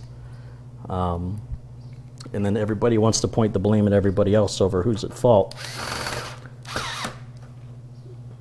Nobody says, you know, I would like to hear that once. I would like to hear a manufacturer go, yeah, you know what? We could have designed that better. Thank you for the feedback. I hope one day I'll hear that in my life. All right, so board's back in. Let me put the power connectors back on now. So this is the one that's been giving us all the grief. This 8-pin CPU power cable.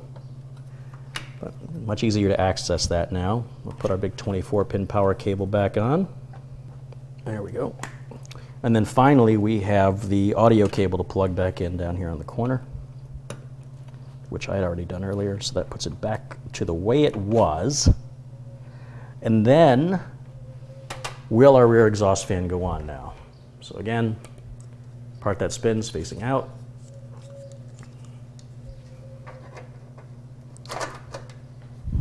And I think we're okay now. Oh yes, much, much better. Finally, we got it there. We got our liquid cooler properly installed. And you can see we weren't going to see much of this cover anyway with the fan in place. So removing it doesn't really, to me, it doesn't really look like anything's missing. I'll still send it to the customer. They can always put it back on if they want to.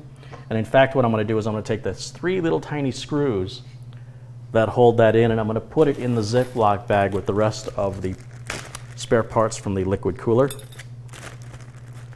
And then, of course, this part will go back in the motherboard box. Okay, I had plugged these fans in here, didn't I? I plugged it into the 2 CPU fan headers. It doesn't really matter which fan goes where. And since we're having such a good time hooking up fans, we can go ahead and plug this one in right down here. You know, I will say this for Asus, they do give you a lot of fan headers. You know, I've got 3 fans plugged in right now. I haven't hooked up the front 2 yet, but I still got another fan header down here. I've got 2 more here. I hope I have another one up here where I don't have to run the front fan header too far. But we'll cross that bridge when we get to it. So for right now, the next thing we can do is finish our water cooler installation and install our water block. I think then we can do our first test fire and finally see if, if it's going to work. All right, now attaching our water block to the CPU is very, very simple. Of course, you are interns, right? So I don't need to explain to you that thermal compound is already applied because you already know that. because you saw this plastic cover on during the entire process and you already know that that's protecting the manufacturer's applied thermal compound. It's nice that I don't have to explain that. All right, so got the cover off, and now we can go ahead and just put this, let's see if I stand over here and do it. We'll put this right on top. So we're gonna go here. Now when we tighten the heatsink down, we definitely want to do opposite corners.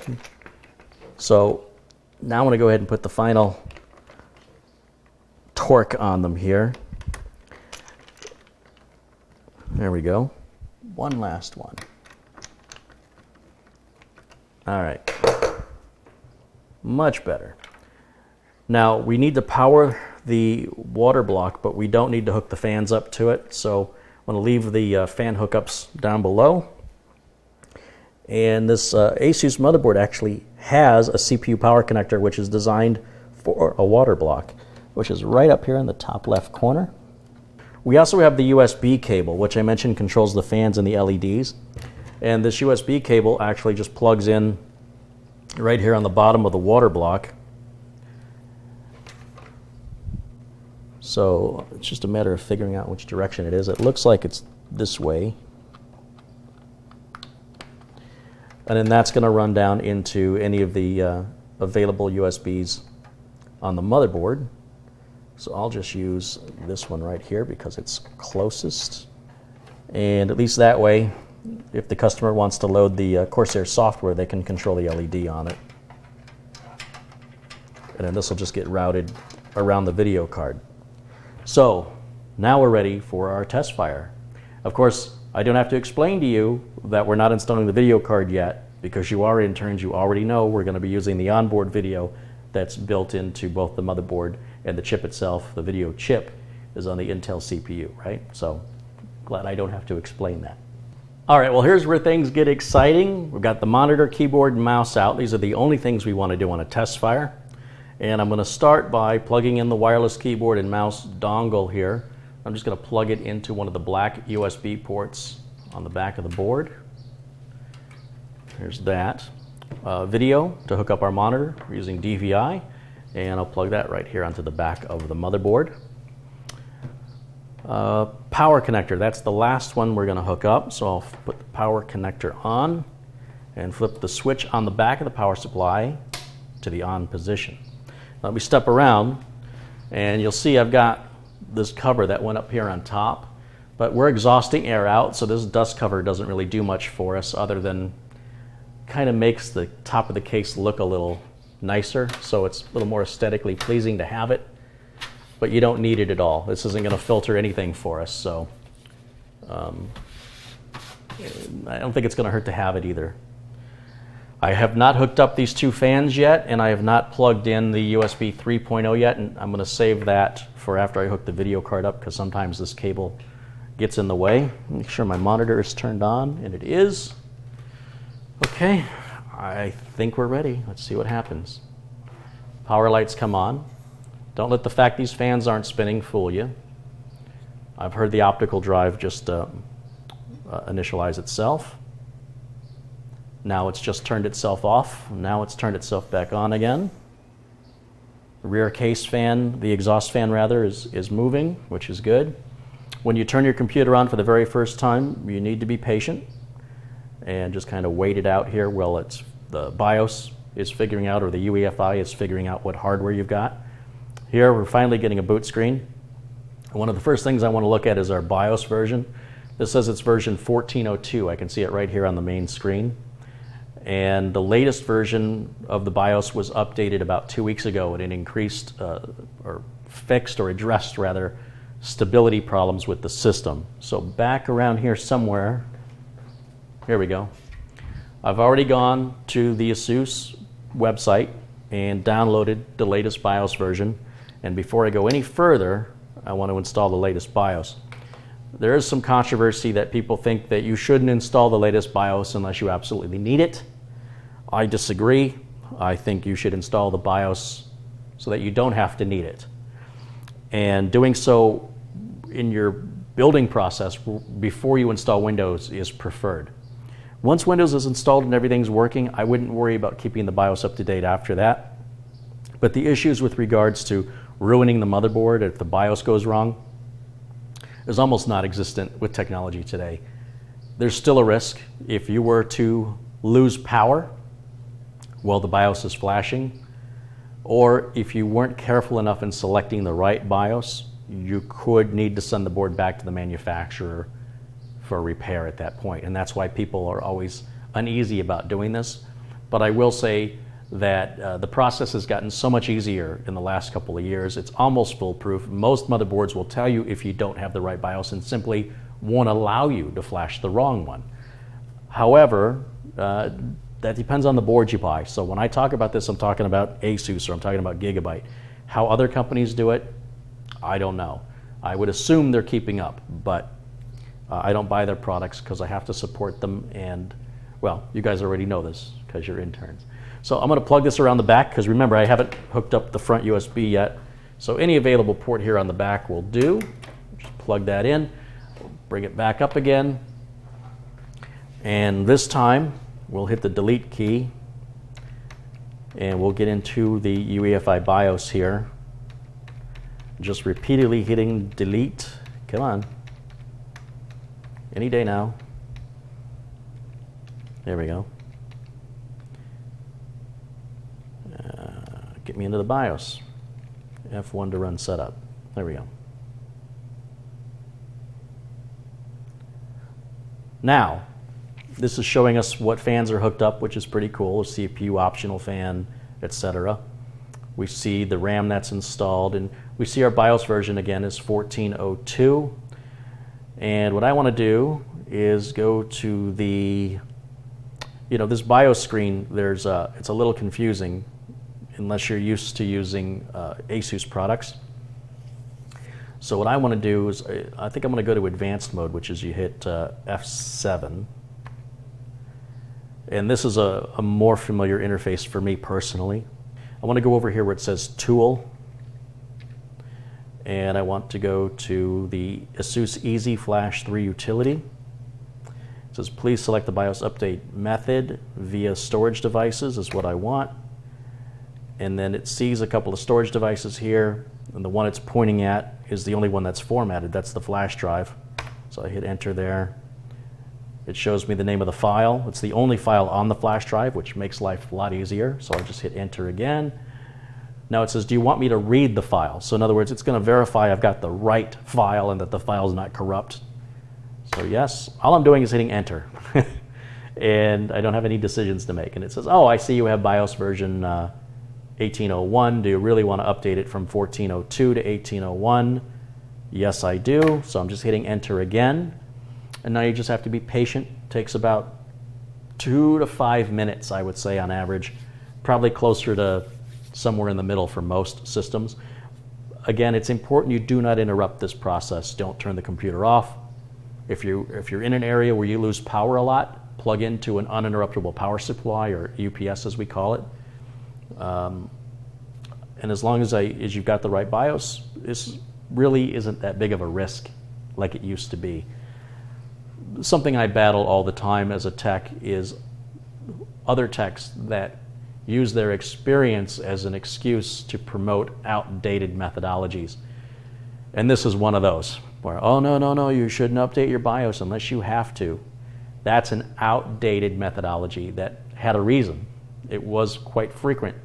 If you didn't do everything exactly right, that you break the BIOS and you would have to send the motherboard in for repair. Now, Gigabyte has addressed that with their dual BIOS where it can recover. So if you have a Gigabyte board, you pretty much have a safety net.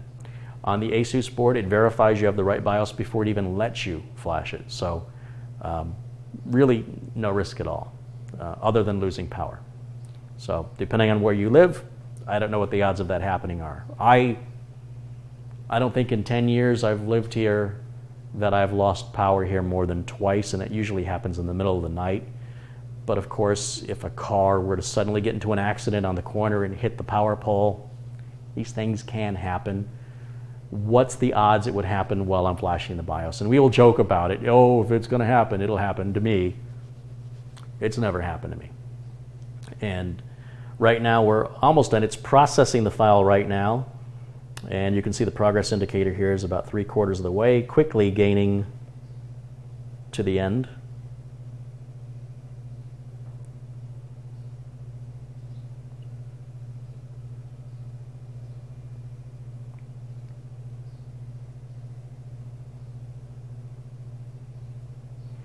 Update successfully, system will be reset, hit enter again. So now when the screen comes up, I should see the new BIOS version, which was what, 1402, and I think now it's 1801 or something like that. Let's see. And again, be patient. The system may actually turn itself off and back on again, so just don't touch anything, just wait. And there we are, we're at version 1801. There's our Core i7-6700K and our 2 hard drives and the optical drive. So now we're ready to install the operating system. So I'm going to go ahead and, I'm not going to film that process, it's very time consuming. Installing the OS, installing all the updates, putting on the drivers. When I get all that done, we'll come back and we'll finish hooking up the fans and the video card. I could actually hook up the video card before I install the OS, but because the day is running late, I want to take advantage of the non-filming time when it's dark to install my OS, and I don't want to do any modification to the case without the camera being on. In other words, I don't want to install these fans and I don't want to install the video card unless the camera's on. So because of that timing, I'm going to go ahead and do the OS stuff now. And of course, I've got videos out on installing Windows 7 and Windows 8. I will create one for Windows 10 soon enough. I'm waiting for Microsoft to stop being as aggressive as they are with upgrading Windows 7 and 8 users without their knowledge or consent to Windows 10. In my way of objecting to that aggressive marketing tactic from Microsoft is to not promote anything with Windows 10 right now until Microsoft stops that practice, which will hopefully stop on July 29th, but I have a sneaking suspicion they're going to find an excuse to extend it out of the kindness of their hearts to let Windows 7 and 8 users upgrade for free.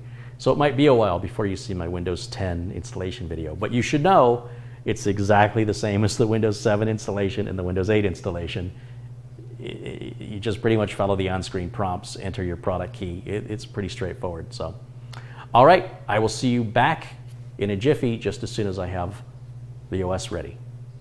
Okay, so I've got Windows 7 installed on the machine, and again, the reason we went with Windows 7 is the customer basically wanted 2 operating systems for the price of 1. Because you can get Windows 10 for free right now through July 29th, Jen wanted the option of having Windows 7 and going to Windows 10 at no cost. The reason for that is there are some games that simply don't play well in Windows 10 or don't play at all in Windows 10, especially the older games. And the reason you'd want Windows 10 is for DirectX 12, which currently, as I'm making this video, all the games that support DirectX 12 just, they're not very good.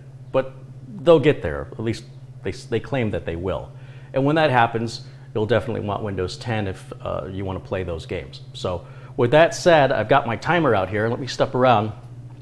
Let me just show you how fast this thing boots up. So what I'm going to do, I almost turned it on. What I'm going to do is I'm going to hit this button first, and now this one. So there's probably like a second added on to this. So I'm giving the timer the advantage here. See if I can hold it where you can see, maybe right about there, huh? And I've already, well, you saw I updated the BIOS.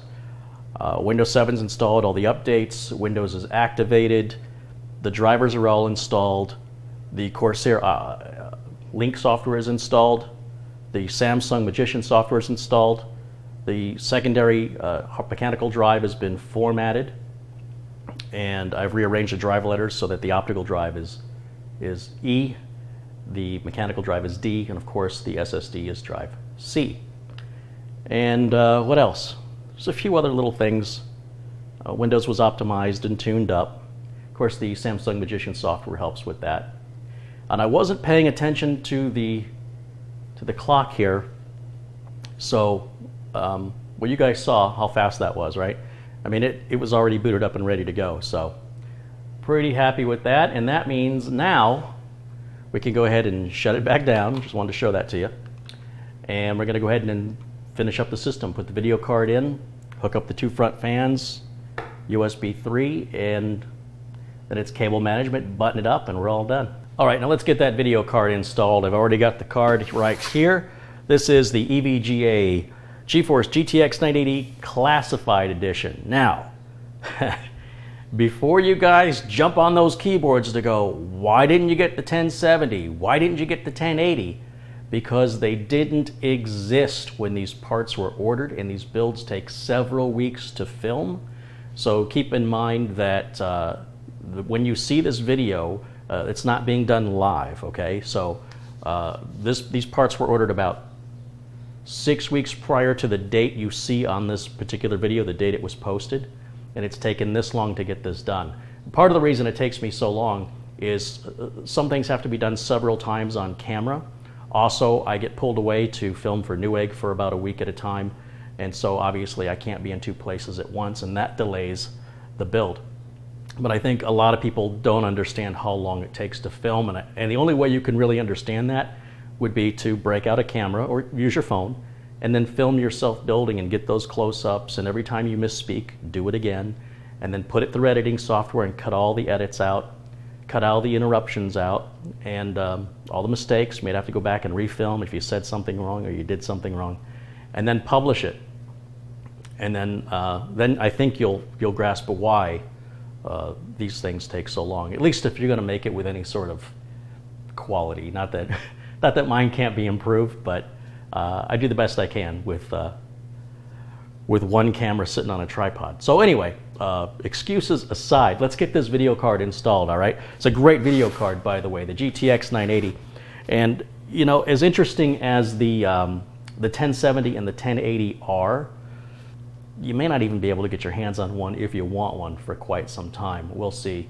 Also, because supply and demand, the demand is going to far outweigh the supply, I don't think it's going to sell for the manufacturer's suggested retail price. I think they're going to hike it up to the highest that they can get it, because people want to be first, and if you want to be first, it costs you more. So it may be a few months before those cards actually get to the MSRP or even available to buy at any price. I just saw one on Amazon. It was $400 over MSRP. So I'm not saying it's right, but that's the reality. All right, so let's get this card out of the box.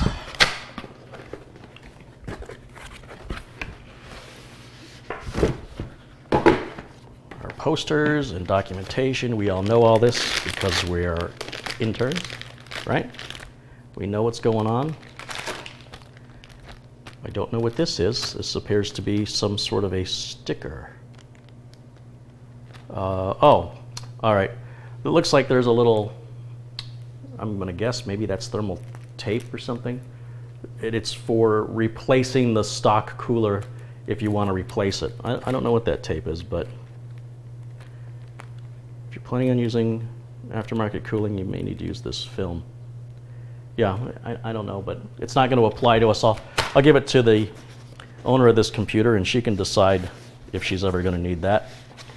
Kind of neat the way EVGA is packaging the video card now. I kind of feel bad about throwing that on the floor. Not really. All right, let's get this out of here. Nothing left.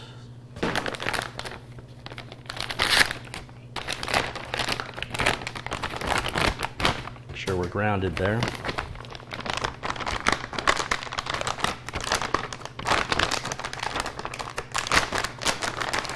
There we go. Now the fun part of getting all of the plastic off of this card. They really do. They don't spare any expense when it comes to covering everything up with plastic. Especially over their logo. God forbid that might get scratched. All right, let's get rid of that. And then we've got our PCI slot cover there. And I think that's it. Oh, we got 2 DVIs on the back of here. That's nice, because those are starting to go away. We've got no, that's DisplayPort right there. This has got to be HDMI, and it is. Cool. And we still have more stickers, more plastic covering, of course, the EVGA logo, because that could be just complete catastrophe if the logo got scuffed or damaged in any way. All right, now we're ready to install the card. And so what I'm going to do is I'm going to remove these two slot covers right here.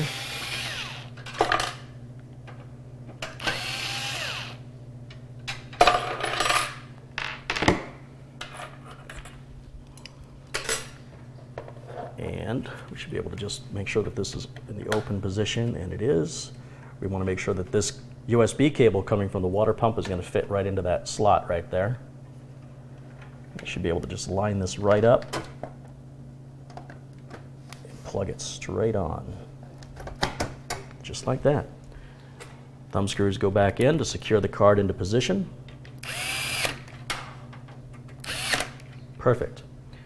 Now we've got to hook up power. So I've already pulled the power cable we need from the bag of extra power cables, the modular power cables, obviously, that came with our power supply. And this 980 is using two 8-pin connectors. Clip goes in the down position.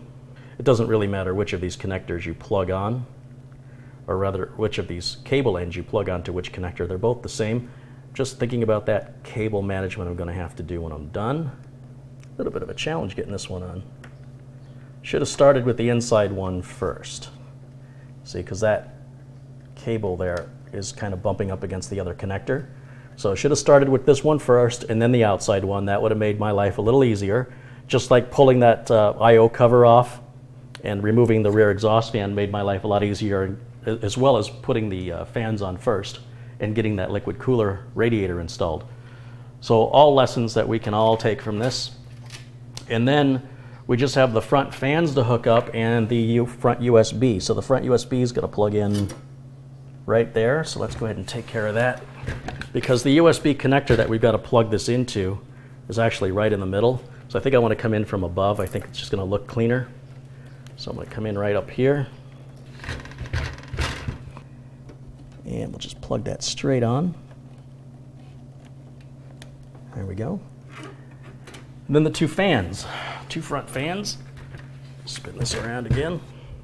Now, whether or not you use the fans, you know, as I've mentioned in other videos, you definitely want to get rid of the metal wire ties and replace them with nylon zip ties. It's very important. Now, looking again on this board for fan headers, I see we can plug in a fan down here on the bottom, which is great. I wish I had another one down here. But on Asus motherboards, on their modern boards, you can use a fan splitter, and the motherboard is intelligent enough to run both of those fans at the same speed all the time. On other motherboard manufacturers, you don't want to use that fan splitter because the fans run full speed all the time, and if you're going to do that, you might as well just plug it into the power supply. Because the BIOS won't be able to read the fans anymore.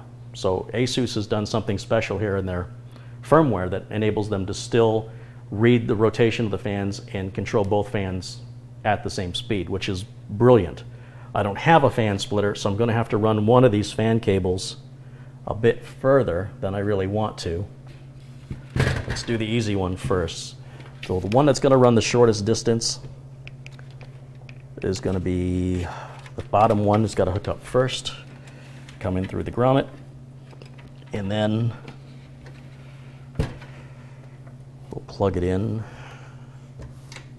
There we go. And then finally the top fan. How do we want to route this? Got to get this fan all the way over here.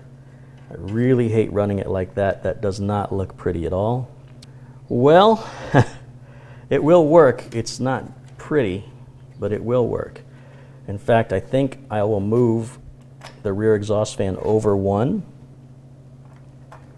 just because I think this fan, just to make the cabling look best, this fan will go on the first one. So I apologize if you didn't get much of a view on that. It is very, very dark inside of this case, and without a flashlight to actually see in there, you wouldn't be able to see much anyway. But again, in other videos, I have those close-ups if you need them. Now I think everything is hooked up. All we have to do now is test fire it one more time, and if it passes that, then it's time for cable management and buttoning it up. All right, now as you can see, I've got the keyboard, mouse, and monitor back out, so we're ready for our, what will hopefully be final test fire. So I've already got the keyboard and mouse plugged in because I left it plugged in from last time. So now I'm going to plug the monitor into one of the DVI ports here on the back of the video card. A lot of people make the mistake of plugging the monitor into the built-in video. So make sure when you're building your computer that you, when you're testing, plug your monitor into the right video card. Okay, and then finally power. Plug that back in.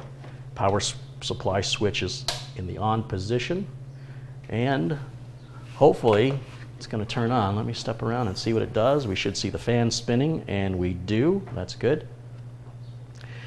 Now, one of the things that Asus does, which is really cool, is they can control these fans much better through the BIOS. You'll see on the motherboard box it said it had 5-way optimization, and that's one of the 5 optimizations that it does. And I'm going to show you that here, assuming this is going to boot okay, which it's looking pretty good right now.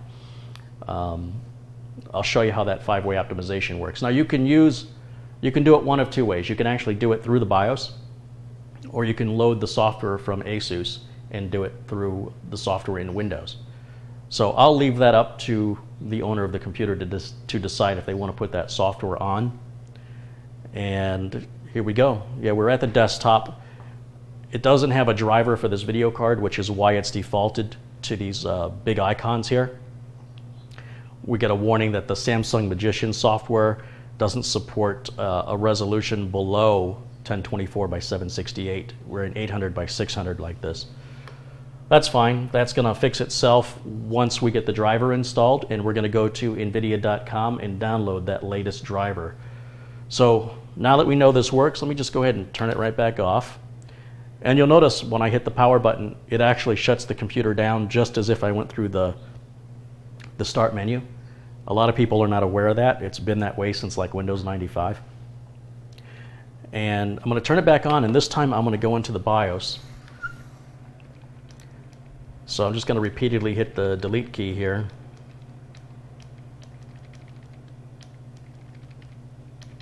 That should get us in the BIOS. There we are. And we can see the fans turning and the speeds that they're spinning at. And what I want to do, there is an option in here called Easy System Tuning. And we have a few options. I'm going to click on, actually this is just normal here.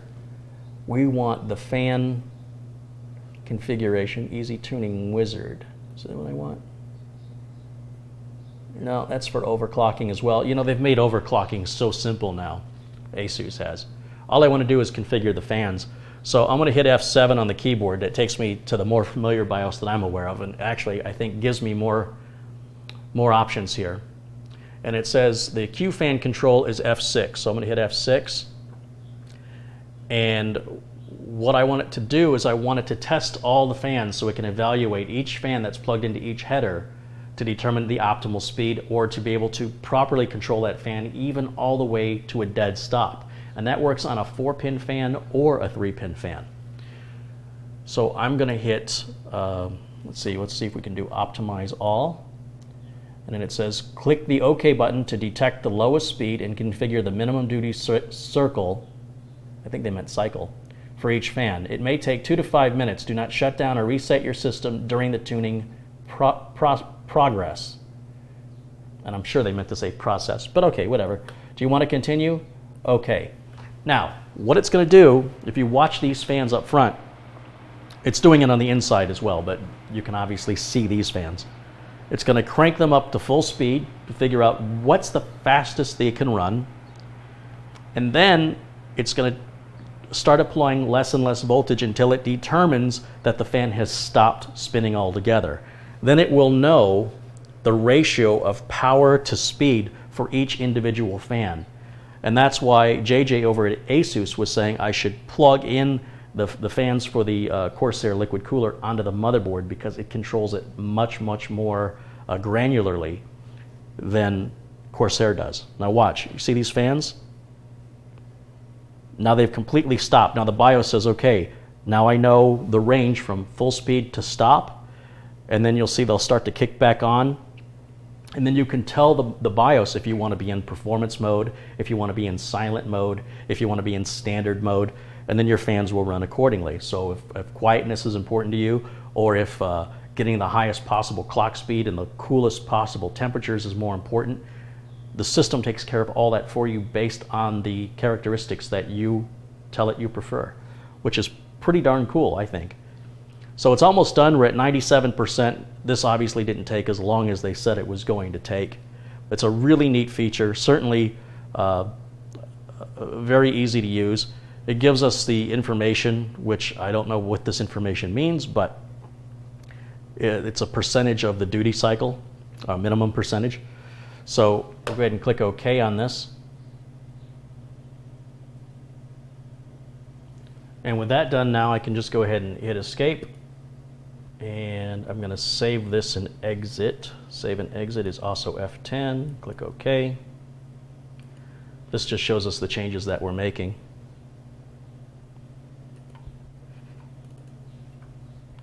And there we go. All right, so what I'm going to do now is do the cable management, and then I'll come right back, show you what it looks like with the cable management done, and then we get to put the panels on and get it boxed up and shipped out to Jen, which she has been very patient in waiting for this video to get done, and I think she's going to be very, very happy with this computer. All right, cable management is now done. You can see we got a nice clean look on the inside. I will say cable management was a bit more difficult on this than I anticipated. Primarily because of the liquid cooler that did add a few wrenches to the works, if you will, with regards to how I normally cable manage. So here, let me show you the other side, because of course that's where all the bulk of the cables are hidden, right over here. And as you can see, it's not bad. Not the best I've ever done, but not bad at all, considering. Now, I also know because of the bulk of cables back there, this back panel is going to go on a bit tight. So let's do that right now. So I'm going to just bring this down like so. In fact, I'm going to turn it so you can see what I'm doing. There we go. Let's just bring it on an angle. And grab this side panel here, the one that doesn't have the window on it. That's what's going to cover up all these cables. And I'm just going to set this on here, and you can see how it rests on the case, how it's kind of sticking up right here. And that's just the pressure from the cables, but we can press that down. I might have to back it up a little bit and make sure that all of the tabs go into the slots, and then slide it forward. Now, if you struggle with this, then what that means is you're going to have to redo your cable management. Because there's a limit to just how thick you can go. You don't want this panel to bow out at all. And it's right on the edge there, but it's going to work just fine. And then of course we could put a couple of screws in there to secure that panel in position. Start one here and right here.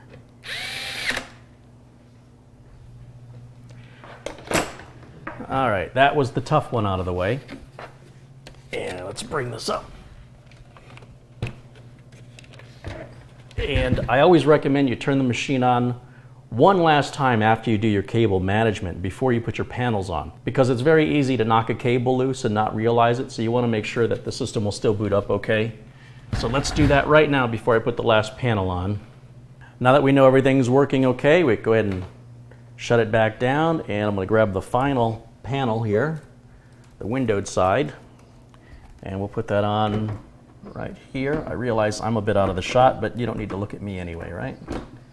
I'll line that up and just slide it forward. Easy peasy. And I'm going to go ahead and unplug everything back here, making sure to remove my wireless dongle for my keyboard and mouse.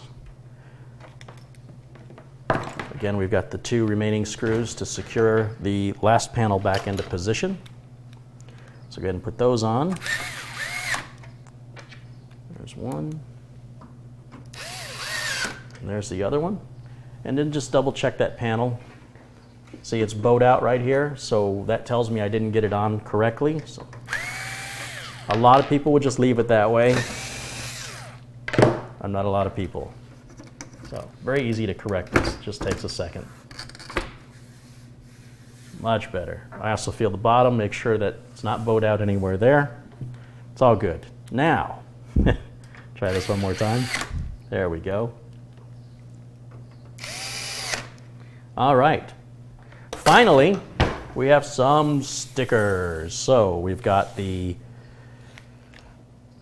I put a sticker that says it was built with the month and the year because customers, as well as myself, lose track of exactly when the system was built, and they don't know how old the computer is and whether or not it's time to upgrade.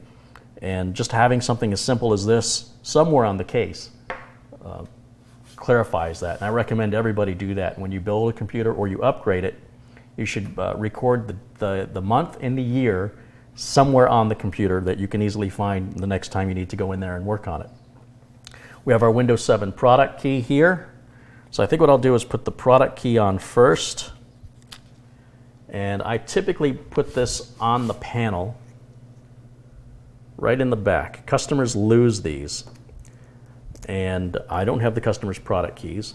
And despite me advising the customers to hold on to the motherboard box with all the spare parts, they often claim that they did. They just don't know where it is anymore because it's been 4 years and they've never needed it.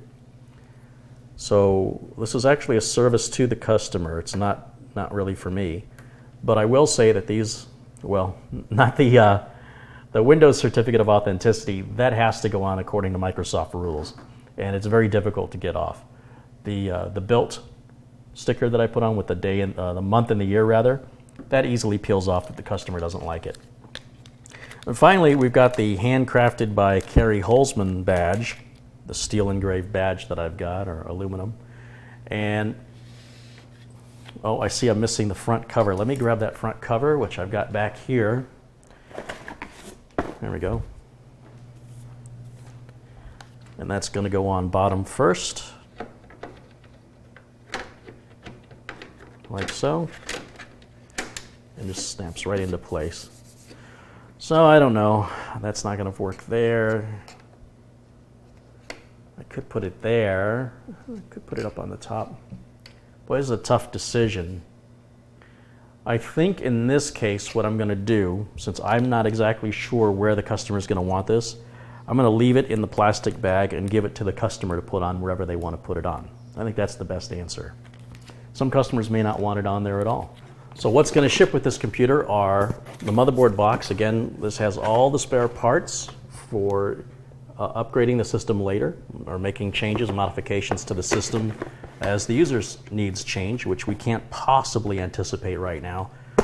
And then of course we've got the Corsair bag of extra modular power supply cables that we haven't used, that the customer will more than likely need at some point in the future when making any change to the system at all. The last thing we've got to do is get it boxed up and ready to ship out.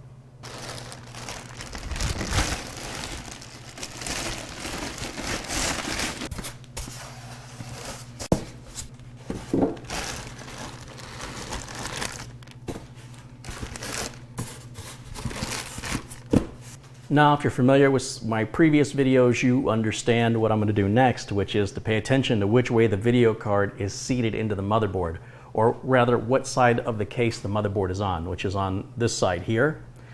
And I want to make sure that this side is always facing down. So I'm going to make an arrow pointing this way that says this side up. You never say this side down on a box, right? You always say this side up. That way that video card, when I ship the system is going to ship laying flat with the video card being held in place with gravity. It's much less likely to break in shipping. Knock on wood, I've never had a video card or even SLI systems that I've shipped across the country break in shipping. And I think that's due to the fact that this motherboard, this computer will be shipped in another box. So it's going to be put into a box, and then that box is put into a larger box. And when we put this into the larger box, we lay it flat. making sure the motherboard is down with the address on top. So the shipper, if they want to see where it's going, they have no choice but to lay the box proper side up.